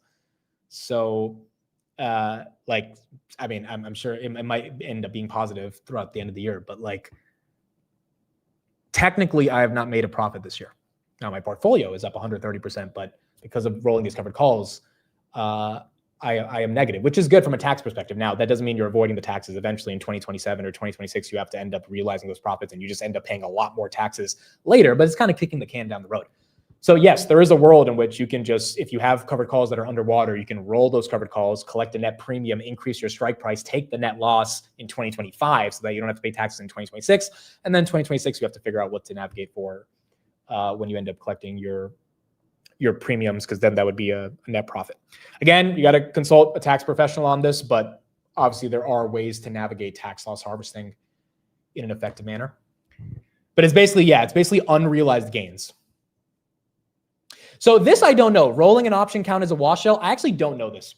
I actually don't know. And that someone's got to look into that. And I'm going to look into that as well. Because if it does, then there might be a world in which I actually am positive year to date because I might have bought and sold in the same time as I'm rolling. So I actually don't know if I'm setting up a meeting with my accountant soon to get ready for 2026. So I will ask him and see what he says. But yeah, that could be one thing that, you know, forces you to actually pay the taxes on it going forward. Some of you guys are saying it doesn't count as a wash. I've heard some other people say it does. So I do want to look into that. Steve, found the keys. Amit, how are you? I'm good. I'm just wondering how you went downstairs to get into a car without your keys. Yeah, I mean, you know, sometimes these things happen where you just leave your keys on your desk. And yeah, but I'm wondering where what I was park happening. my car. I'm just wondering what was happening in life for you to forget your, like, that's like, are you okay? Is something going on? Yeah, I just didn't grab my keys. And I got in my car. I'm like, why won't it start? Oh, my keys are on my desk. I'm just saying, I feel like there's something going on in your life for you to forget your keys. It's a bit aggressive. That's all. Why is that aggressive? Anyway, I don't know. I'm just like, are you going through something to forget your keys? I don't know. I just want to make sure you're okay. That's all. You know what's aggressive? I want to make what? What's aggressive is you having a conversation with Kris in saying any normal person would have been worried about Google. Any normal person would have been worried. What's the context? What do you mean? Because I wasn't worried. Oh, okay. You're talking about, okay, got you. Well, so when Google was in the gutter for 8 months, yeah, I said to Kris, someone would be worried about what was happening. And so you're saying you weren't worried, therefore. Well, we already know you're not normal. So that's, Yeah, I'm just saying, I guess you guys think I'm not normal because I was never worried. Well, okay, true. But there was one day on the close where I asked you Google or Amazon next 5 years, and you definitely didn't say Google. Right, but that's not being worried. I just thought Amazon was going to do better. Yeah, but Amazon was 220 and Google was 150, and I said from those prices, and you didn't say Google. I'm just saying. Right, because I think someone who wasn't as worried. I'm just saying, for someone who wasn't that worried, you kind of left your. You cannot be worried and still think a different company is going to do better. Oh, the chat has my back. They're saying I remember that. Good. It's not just me making it up. I was saying, Steve, you talked for Google being bullish and no, it happened. Yeah, it happened, but I thought Amazon was going to do better over a 5-year period. Yeah, but Google from 150, Amazon to 220, you got 40% already ahead of the race. So I'm just saying. Yeah, Alphabet's killing it. It's great. I love it. No, in general, obviously you've been pounding the table on this name. You've been very bullish, and we'll talk more about Google. But the Fed, we got 25 bips. I mean, what are your thoughts? Are you happy? I mean, I'm happy that they cut. I don't think they were in a position where they couldn't cut, and I think it was a pretty neutral statement. I think the whole thing was pretty neutral. Obviously, he cited the labor market and a few other things. So there is. They laid out some risk for 2026, at least the first half. We'll see what happens, but I think the 25 bips every meeting here on out into 2026 is the right play. Do you think that Jay Powell realized he was? Let me ask you a better question. Did you wish they did 50 today? No. Why? I wish they had done 50 in May or June. Because if they did 50 now, I think it would have sent a bad message, and I think the market would have been down 500 or 1,000 points on the Dow.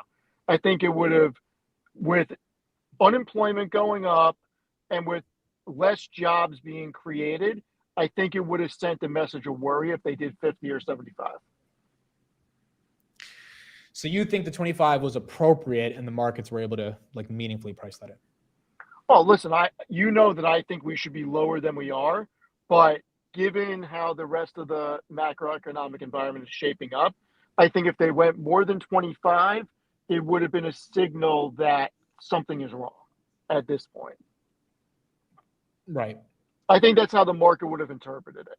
The fact that the market is pretty even or slightly down, I'll take that over the potential for it being very down off of a 50 basis point cut. Okay, so then the question becomes around the idea of a melt up. So I asked the chat. 55% of people said 7,000 next by end of year. 30% 6,800, 6% 65, 9% below 6,500. Has this set us up for a classic melt up for potentially 68 to 7,000? Yeah, I still think we're going to get to 7,000, unless something happens with Q3 earnings. I think we get there.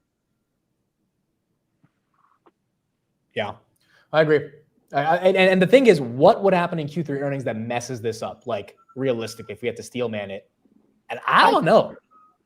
I mean, I think you need the labor market to really go in the tanks for this to get messed up. At this point, I don't think corporate earnings are getting messed up. I think it's going to be the labor market. I think it would be the labor market as well. Now, Jay Powell did say today there is a little bit of a nuance between the labor market and AI increasing efficiency, but he described it as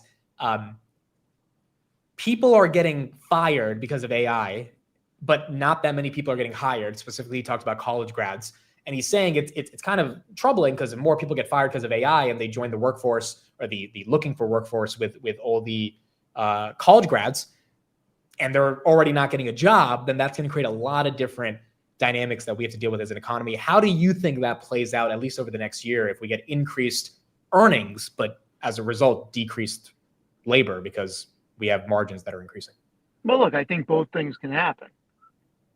I think that you could see the job market get a little bit more difficult and restructuring at organizations, but corporate earnings continue to expand, because that doesn't mean that the companies are slowing down their spending. Or, I mean, I think it's a 3 to 5 year thing with AI in the job market that we got to really pay attention to.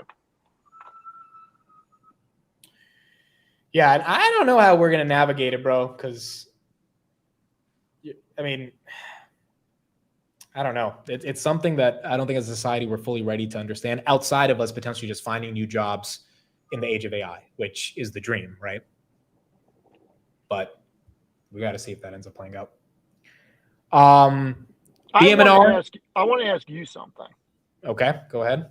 What do you think about the whole quarterly to biannual reporting schedule that they're trying to push? Oh, we haven't talked about this. Okay, I wonder if you and I disagree on this. What do you think? Quarterly or semi-annual? I asked you first. Oh, but I asked you second. Okay, well, I asked you first. Okay, well then I followed up with a question to you. Can you just answer the question? I mean, I feel like we have to do it quarterly. Like, why would we not? I have a feeling certain people got in his ear and they said, this will save expenses, allow us to run the businesses. Every 2 months, we have to start preparing for the quarterly report. And it's time and resources that are extracted from running the business. I don't necessarily think it matters too much for the bigger companies, but I think for smaller companies that only are a couple of billion market cap or smaller, you know, quarterly earnings could be a headache. But I think it's important to do quarterly. And if they're going to do away with it, I think there should be a compromise where you don't have to submit a 10Q, but you have to have an earnings call, and you have to at least report just what your revenue, gross profit, and net income were, at the very least. Because I think it's important that shareholders be able to see what's going on in companies they're shareholders in on a quarterly basis. Yeah. Yeah. That's fair. Look, I think it's ridiculous. And I do think, to be honest, some people got in his ear and they're like, hey, Mr. Trump, can you please just like, I don't know, dude. I got weird vibes across the board when he just randomly tweeted that. So I hope it doesn't happen. Well, but listen, it's Chamath and freaking Sachs and that whole crew, because think about it. They're all on the, or maybe not Sachs anymore, but they're all on the venture side. And I think that's a headwind from companies going public now that, hey, maybe we don't want to deal with having to report every quarter and the scrutiny and all this other stuff. And maybe that's a way that they're going to try to entice more companies to come public, that they're going to make reporting less, and who knows? But that's what I think it is. Don't you think like most companies should deal with that scrutiny though? If they're going to get the liquidity? Absolutely. It becomes harder for fraud and less mishaps. I think it's important. I don't want to see it go to biannual. I want quarterly reporting. I think it's very important. I agree. I'm about to get out of my car. Are they honking at you or someone else? I think this person was honking at me. Bro, you can't let someone just honk at you, bro. You got to go be a man. No good. You got to go take care of business, bro. No good. Can't let that happen, bro. From New York, you can't let this happen. No good. way. People just beat for no reason. It's crazy. Dude, I am so hesitant to use my horn on the, like, I don't think I ever do it. Ever. I do it several times a week. Okay, so why are you saying people, and then include yourself then? You do it all the time then. No, but I do it when people are just not moving. Oh, you do it the right way. Everyone else does no. it wrong. Listen, if the light is if you're sitting at a light, okay, and the light is red, and the person's checking their phone, and then it goes green, I give you 3 seconds. If you don't move, you get beeped. That's a bit aggressive. 3 seconds is not enough, I feel. But okay. Okay, so you put out an article on Tessie. Apparently you're getting some backlash on it. Dude, there's already like 90 comments on it. Is that why you do it? You like the comments? You like the attention? Is that why you write these articles? No. So why are there 90 comments in 2 hours? Like, what did you say to piss off that? I don't know, but there's a lot of comments, and I think everybody should. I think it was a really good one. I think people would enjoy it if they read it. I'm going to respond to everybody tonight, so if you want to leave a comment, you can. I'll respond. But well, okay, so I just put in the chat. But what's the thesis? Why do you think people are upset on this? I think they're upset because look, they're upset for different reasons. Some people are saying I didn't go hard enough, and some people are thinking I'm freaking crazy. But it's funny that people are thinking I'm giving Tesla too much respect.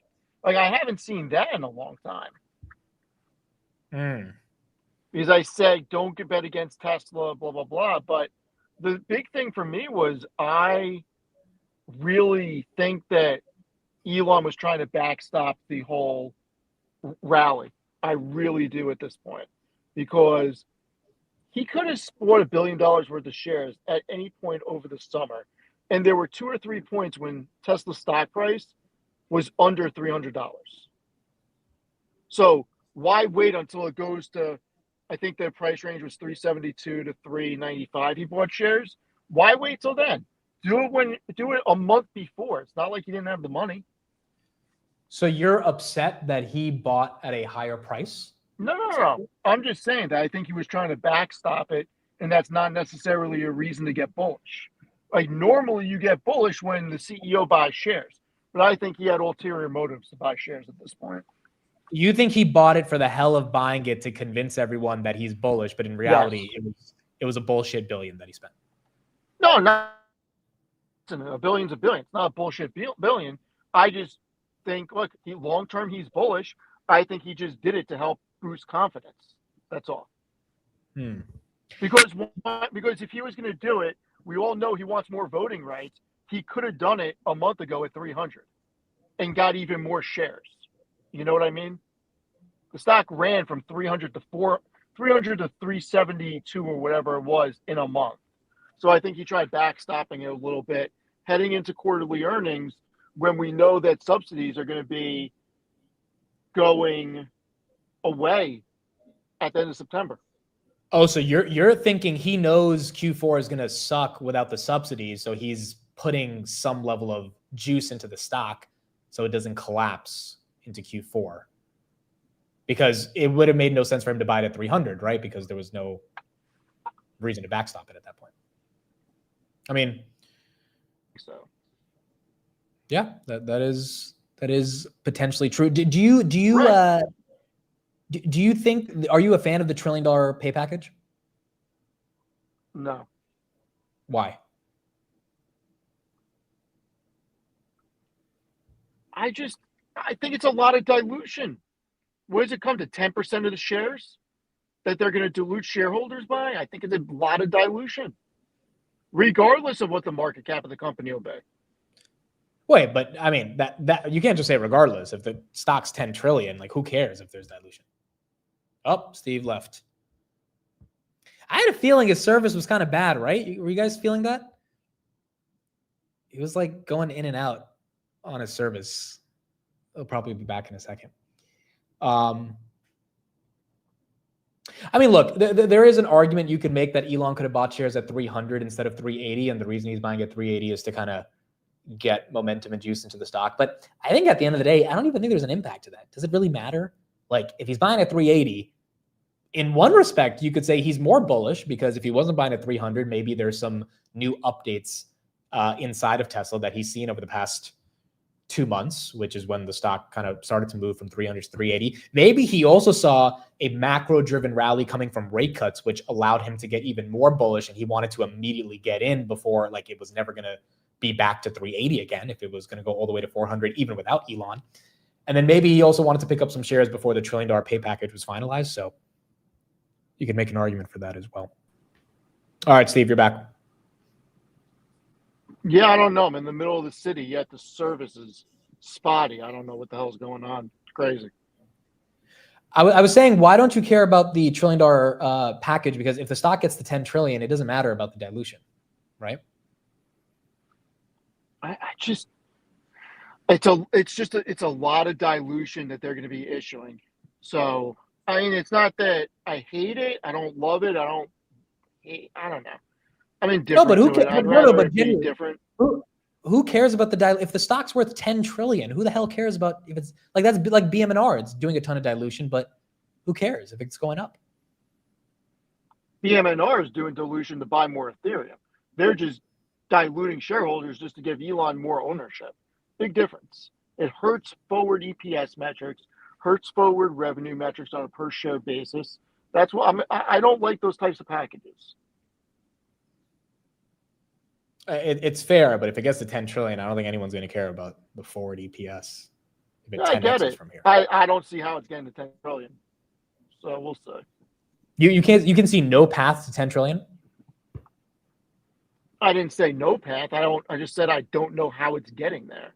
I mean, look, ride hailing's not going to be what everybody is going ooh gaga over at this point. I mean, if you look at what their assessment for the cost per mile, they're going to try to get it down to $1 per. I went through ARC's entire thing. If you assume that that's correct, I mean, I put in the article, the average person drives on a weekday 42 miles.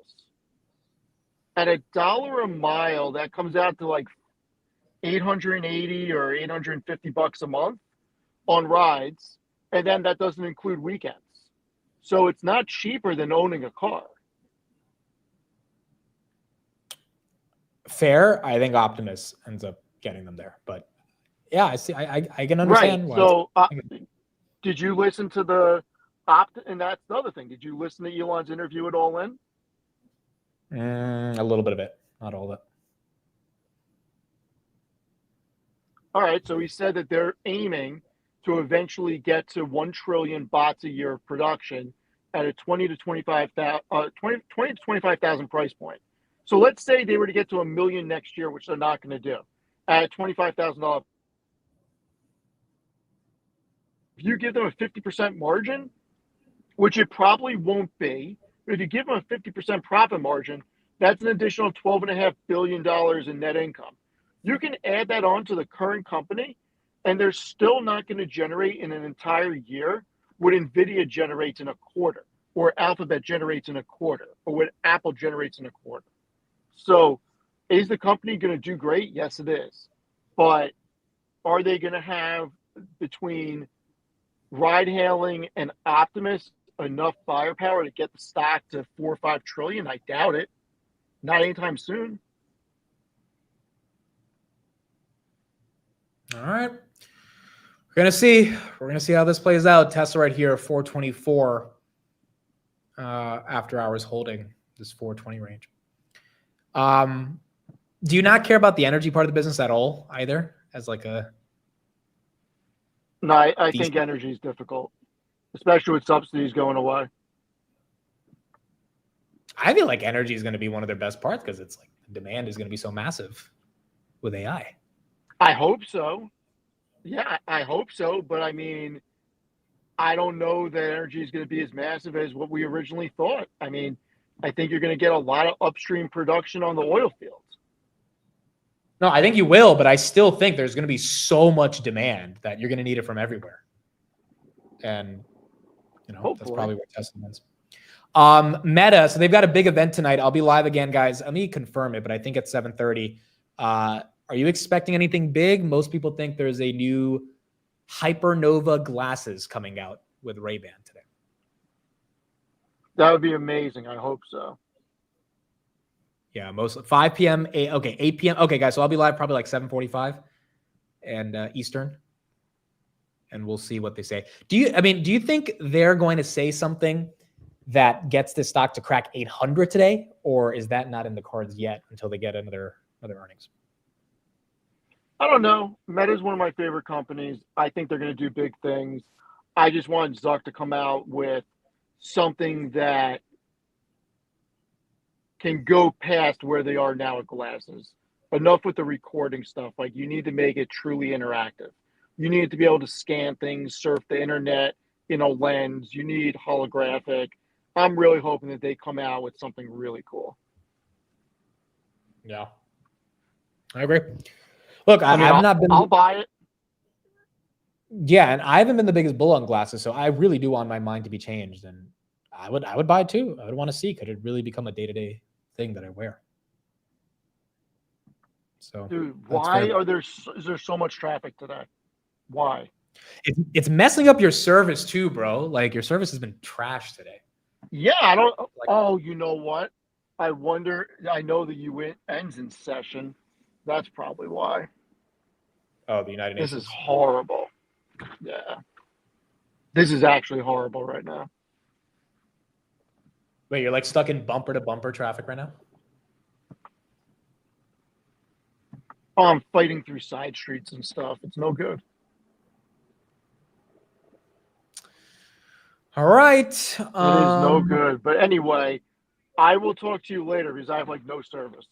Yeah, your service is in and out. All right. Thanks for calling, Steve. We'll get you on Friday. Later. Later.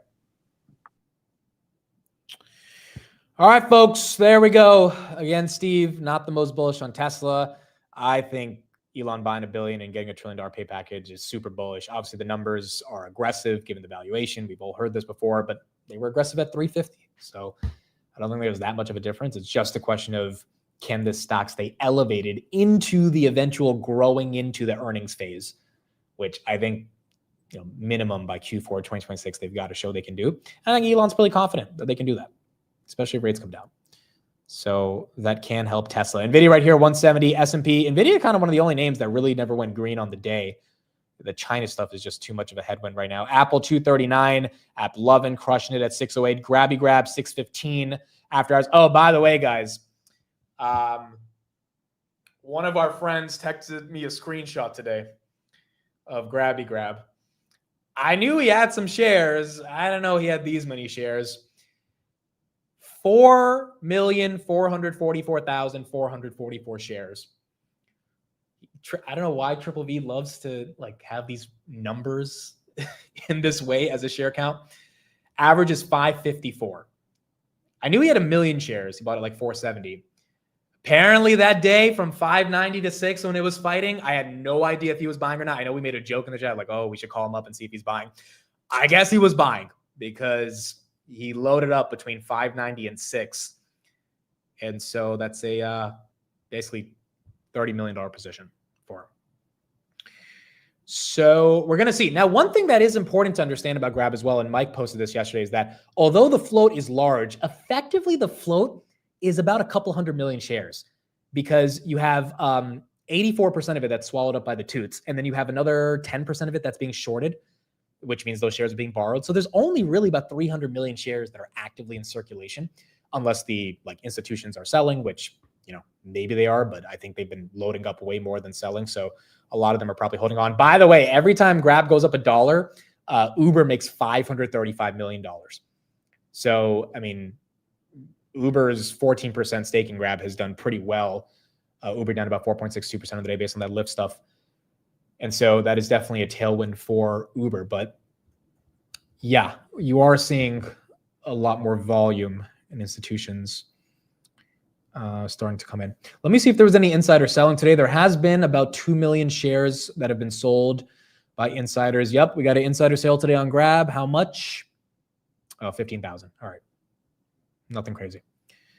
So not too bad, dude. The fact that the stock's hitting 6 for the first time in a couple of years, you would imagine the insiders just cash out. And I'm not seeing that. We saw the CEO sell about 1 million shares at 550. He sells periodically, so that's not that big of a deal. But You're not seeing massive selling at these levels. And maybe it's because they really do think that, hey, this story is actually just beginning. Yes, Kris does hold grab. He has about 1,000 spreads. Andy said I bought another 2,000 shares today. Me and Triple V are the same. Dude, he texted me the screenshot and I was like, bro, goodness gracious.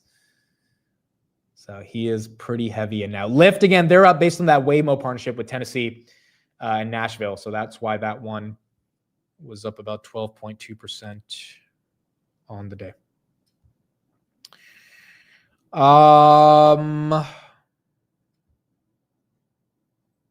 Okay, I think that's it. The other big news was that Palantir deal with the UK. I'm going to look more into it and we'll talk more about it tomorrow, but that's a massive deal, $1 billion international, which is great. So it's very nice to see that they got that deal. Nebius right here, 94.69. That's up 6%. Open Door ending above 10, 14%. I will say again on Open Door, I'm not in it, but the new CEO, I mean, like whatever I've seen from him in terms of his tweets, I mean, literally Open Door filed an 8K today. And in the 8K, they told investors they are firing their PR agencies and they're citing their Twitter accounts as the external messaging with the investor base. And so they basically told investors, hey, we're going to be using Twitter to communicate. If you don't like it, you can sell, but we're just giving you guys a warning and we're firing our PR agencies. I mean, bro, that's bullish. That's bullish. I mean, I just forget the valuation on it. The fact that the CEO comes in and says, screw this, we are talking to the people directly and we're going to update them day by day versus going through some stupid PR that obviously has done nothing for Open Door for the past couple of years. Even though I think there are some real structural problems in the business and rate cuts could help it, I don't know if it's going to fully fix it. You can't deny that new CEO is like really trying to turn shit around. And so I'm bullish on the new CEO. I am bullish on the new CEO. And at this point, given the momentum that exists within it, I don't think the stock has to come down. Again, one of the main reasons I didn't get into it is because I just am not that type of investor. If I can't understand the fundamental, and I know a lot of you guys didn't get into it, and we all missed the 10X, but it's like, if you can't understand it, you also have to be a little bit of navigating your risk.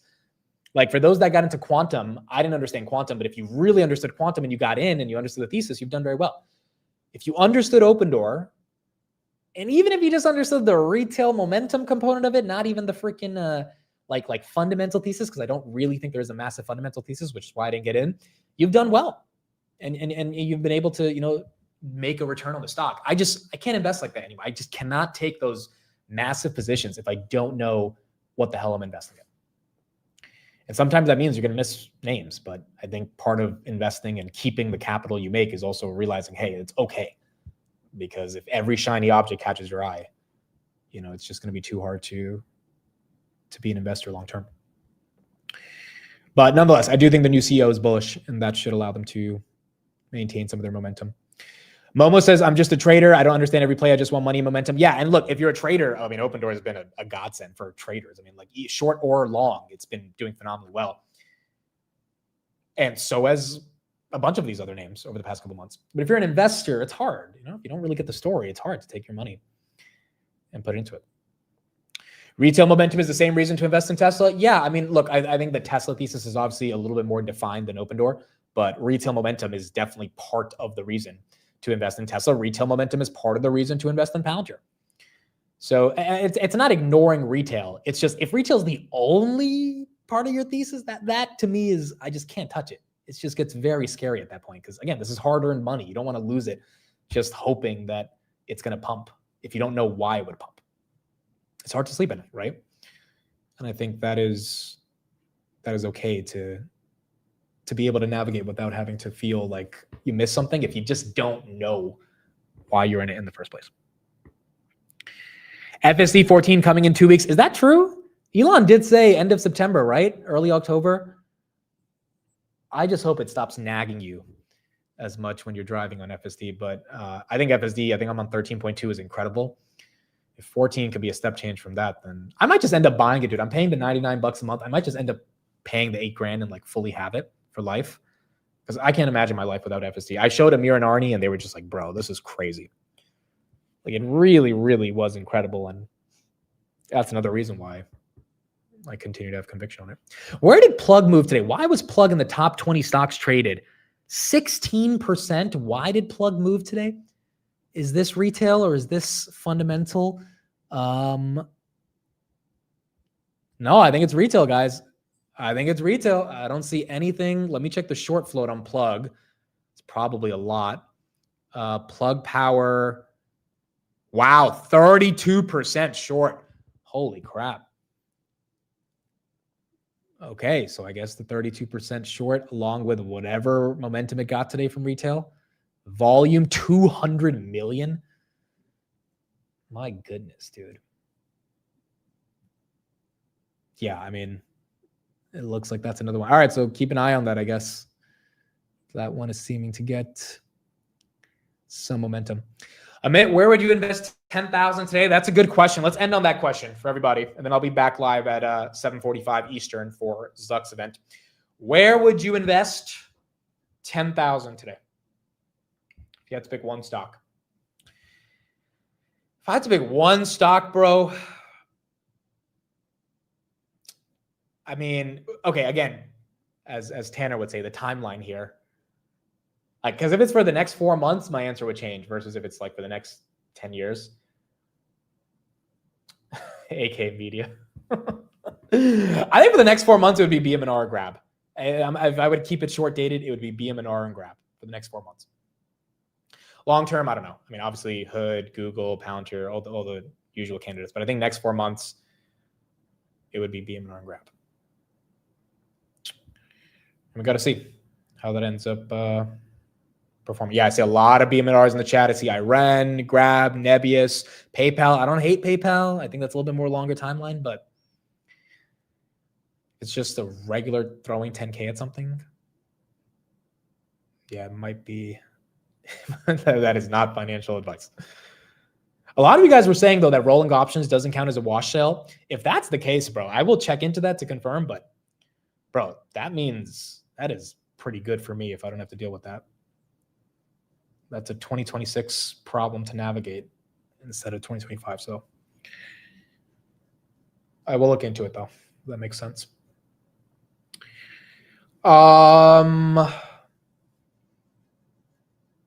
Be honest, you hate PayPal at least a little bit. No, I don't hate PayPal. I just I bought into the hype in 2023. Remember, people thought PayPal was going to 170 in 2023. I remember summer of 23, everyone, the PayPal 140 strikes for January 2025 had like 300,000 open interest. Like everyone was like, yup, this is the recovery play. It's going to happen.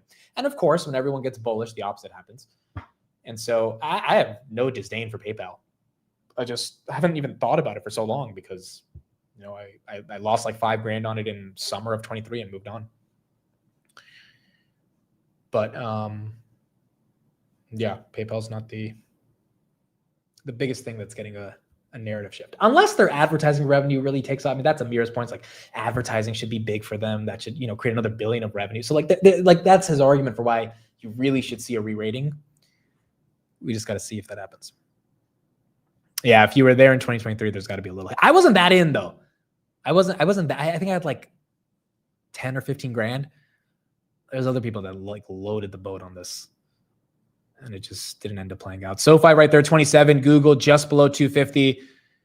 You got Palantir right here, 168, and then Hoodie 118. Nvidia 170 again. Palantir 168, and S&P 659 on the day. PayPal is the reason you want to see quarterly earnings. That's a fact. Dude, they're advertising in the app. This is what me and Arnie were like trolling Amir about. Because we were like, okay, so ads, right? That's your big thesis. He's like, yeah. We're like, where do the ads come from? He's like, in the app. I was like, no one opens the app. Like you open PayPal to like send a payment. You don't really open PayPal to like shop for items. At least I don't. I don't think most people do. So we were like, when are people actually going to like see the ads and then actually convert? He's like, yeah, but they have all the transaction data. I'm like, sure, they have the data. But like, who's scrolling through their PayPal app looking for things to buy? Like that's the hard part about the advertising piece. But I don't know. Obviously, when you have that many users, there's a world in which that could still play out for them. So we got to see. We got to see how that plays out. All right, folks, that's it for me. I will be live again at 7:45. For those that are big fans of Zuck's, we will see what he has to say. I'm really happy to be back and doing this every single day. There's nothing else I'd rather be doing. Getting back into the routine.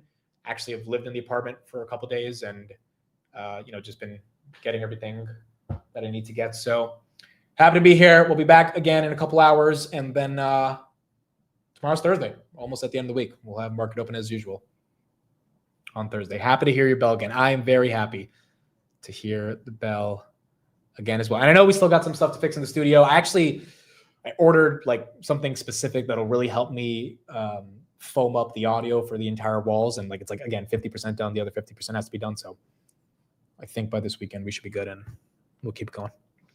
All right. That's it. Thank you, everybody. Congrats. We got the rate cut and looks like markets are okay for now. We just got to keep this going throughout the end of the month. Thank you, everybody. Appreciate it. I'll see you guys in a few hours. 7:45 Eastern for Meta. Zucks will be speaking at 8 p.m. Eastern and we'll see what they announce. Bye, everybody. Have a good one.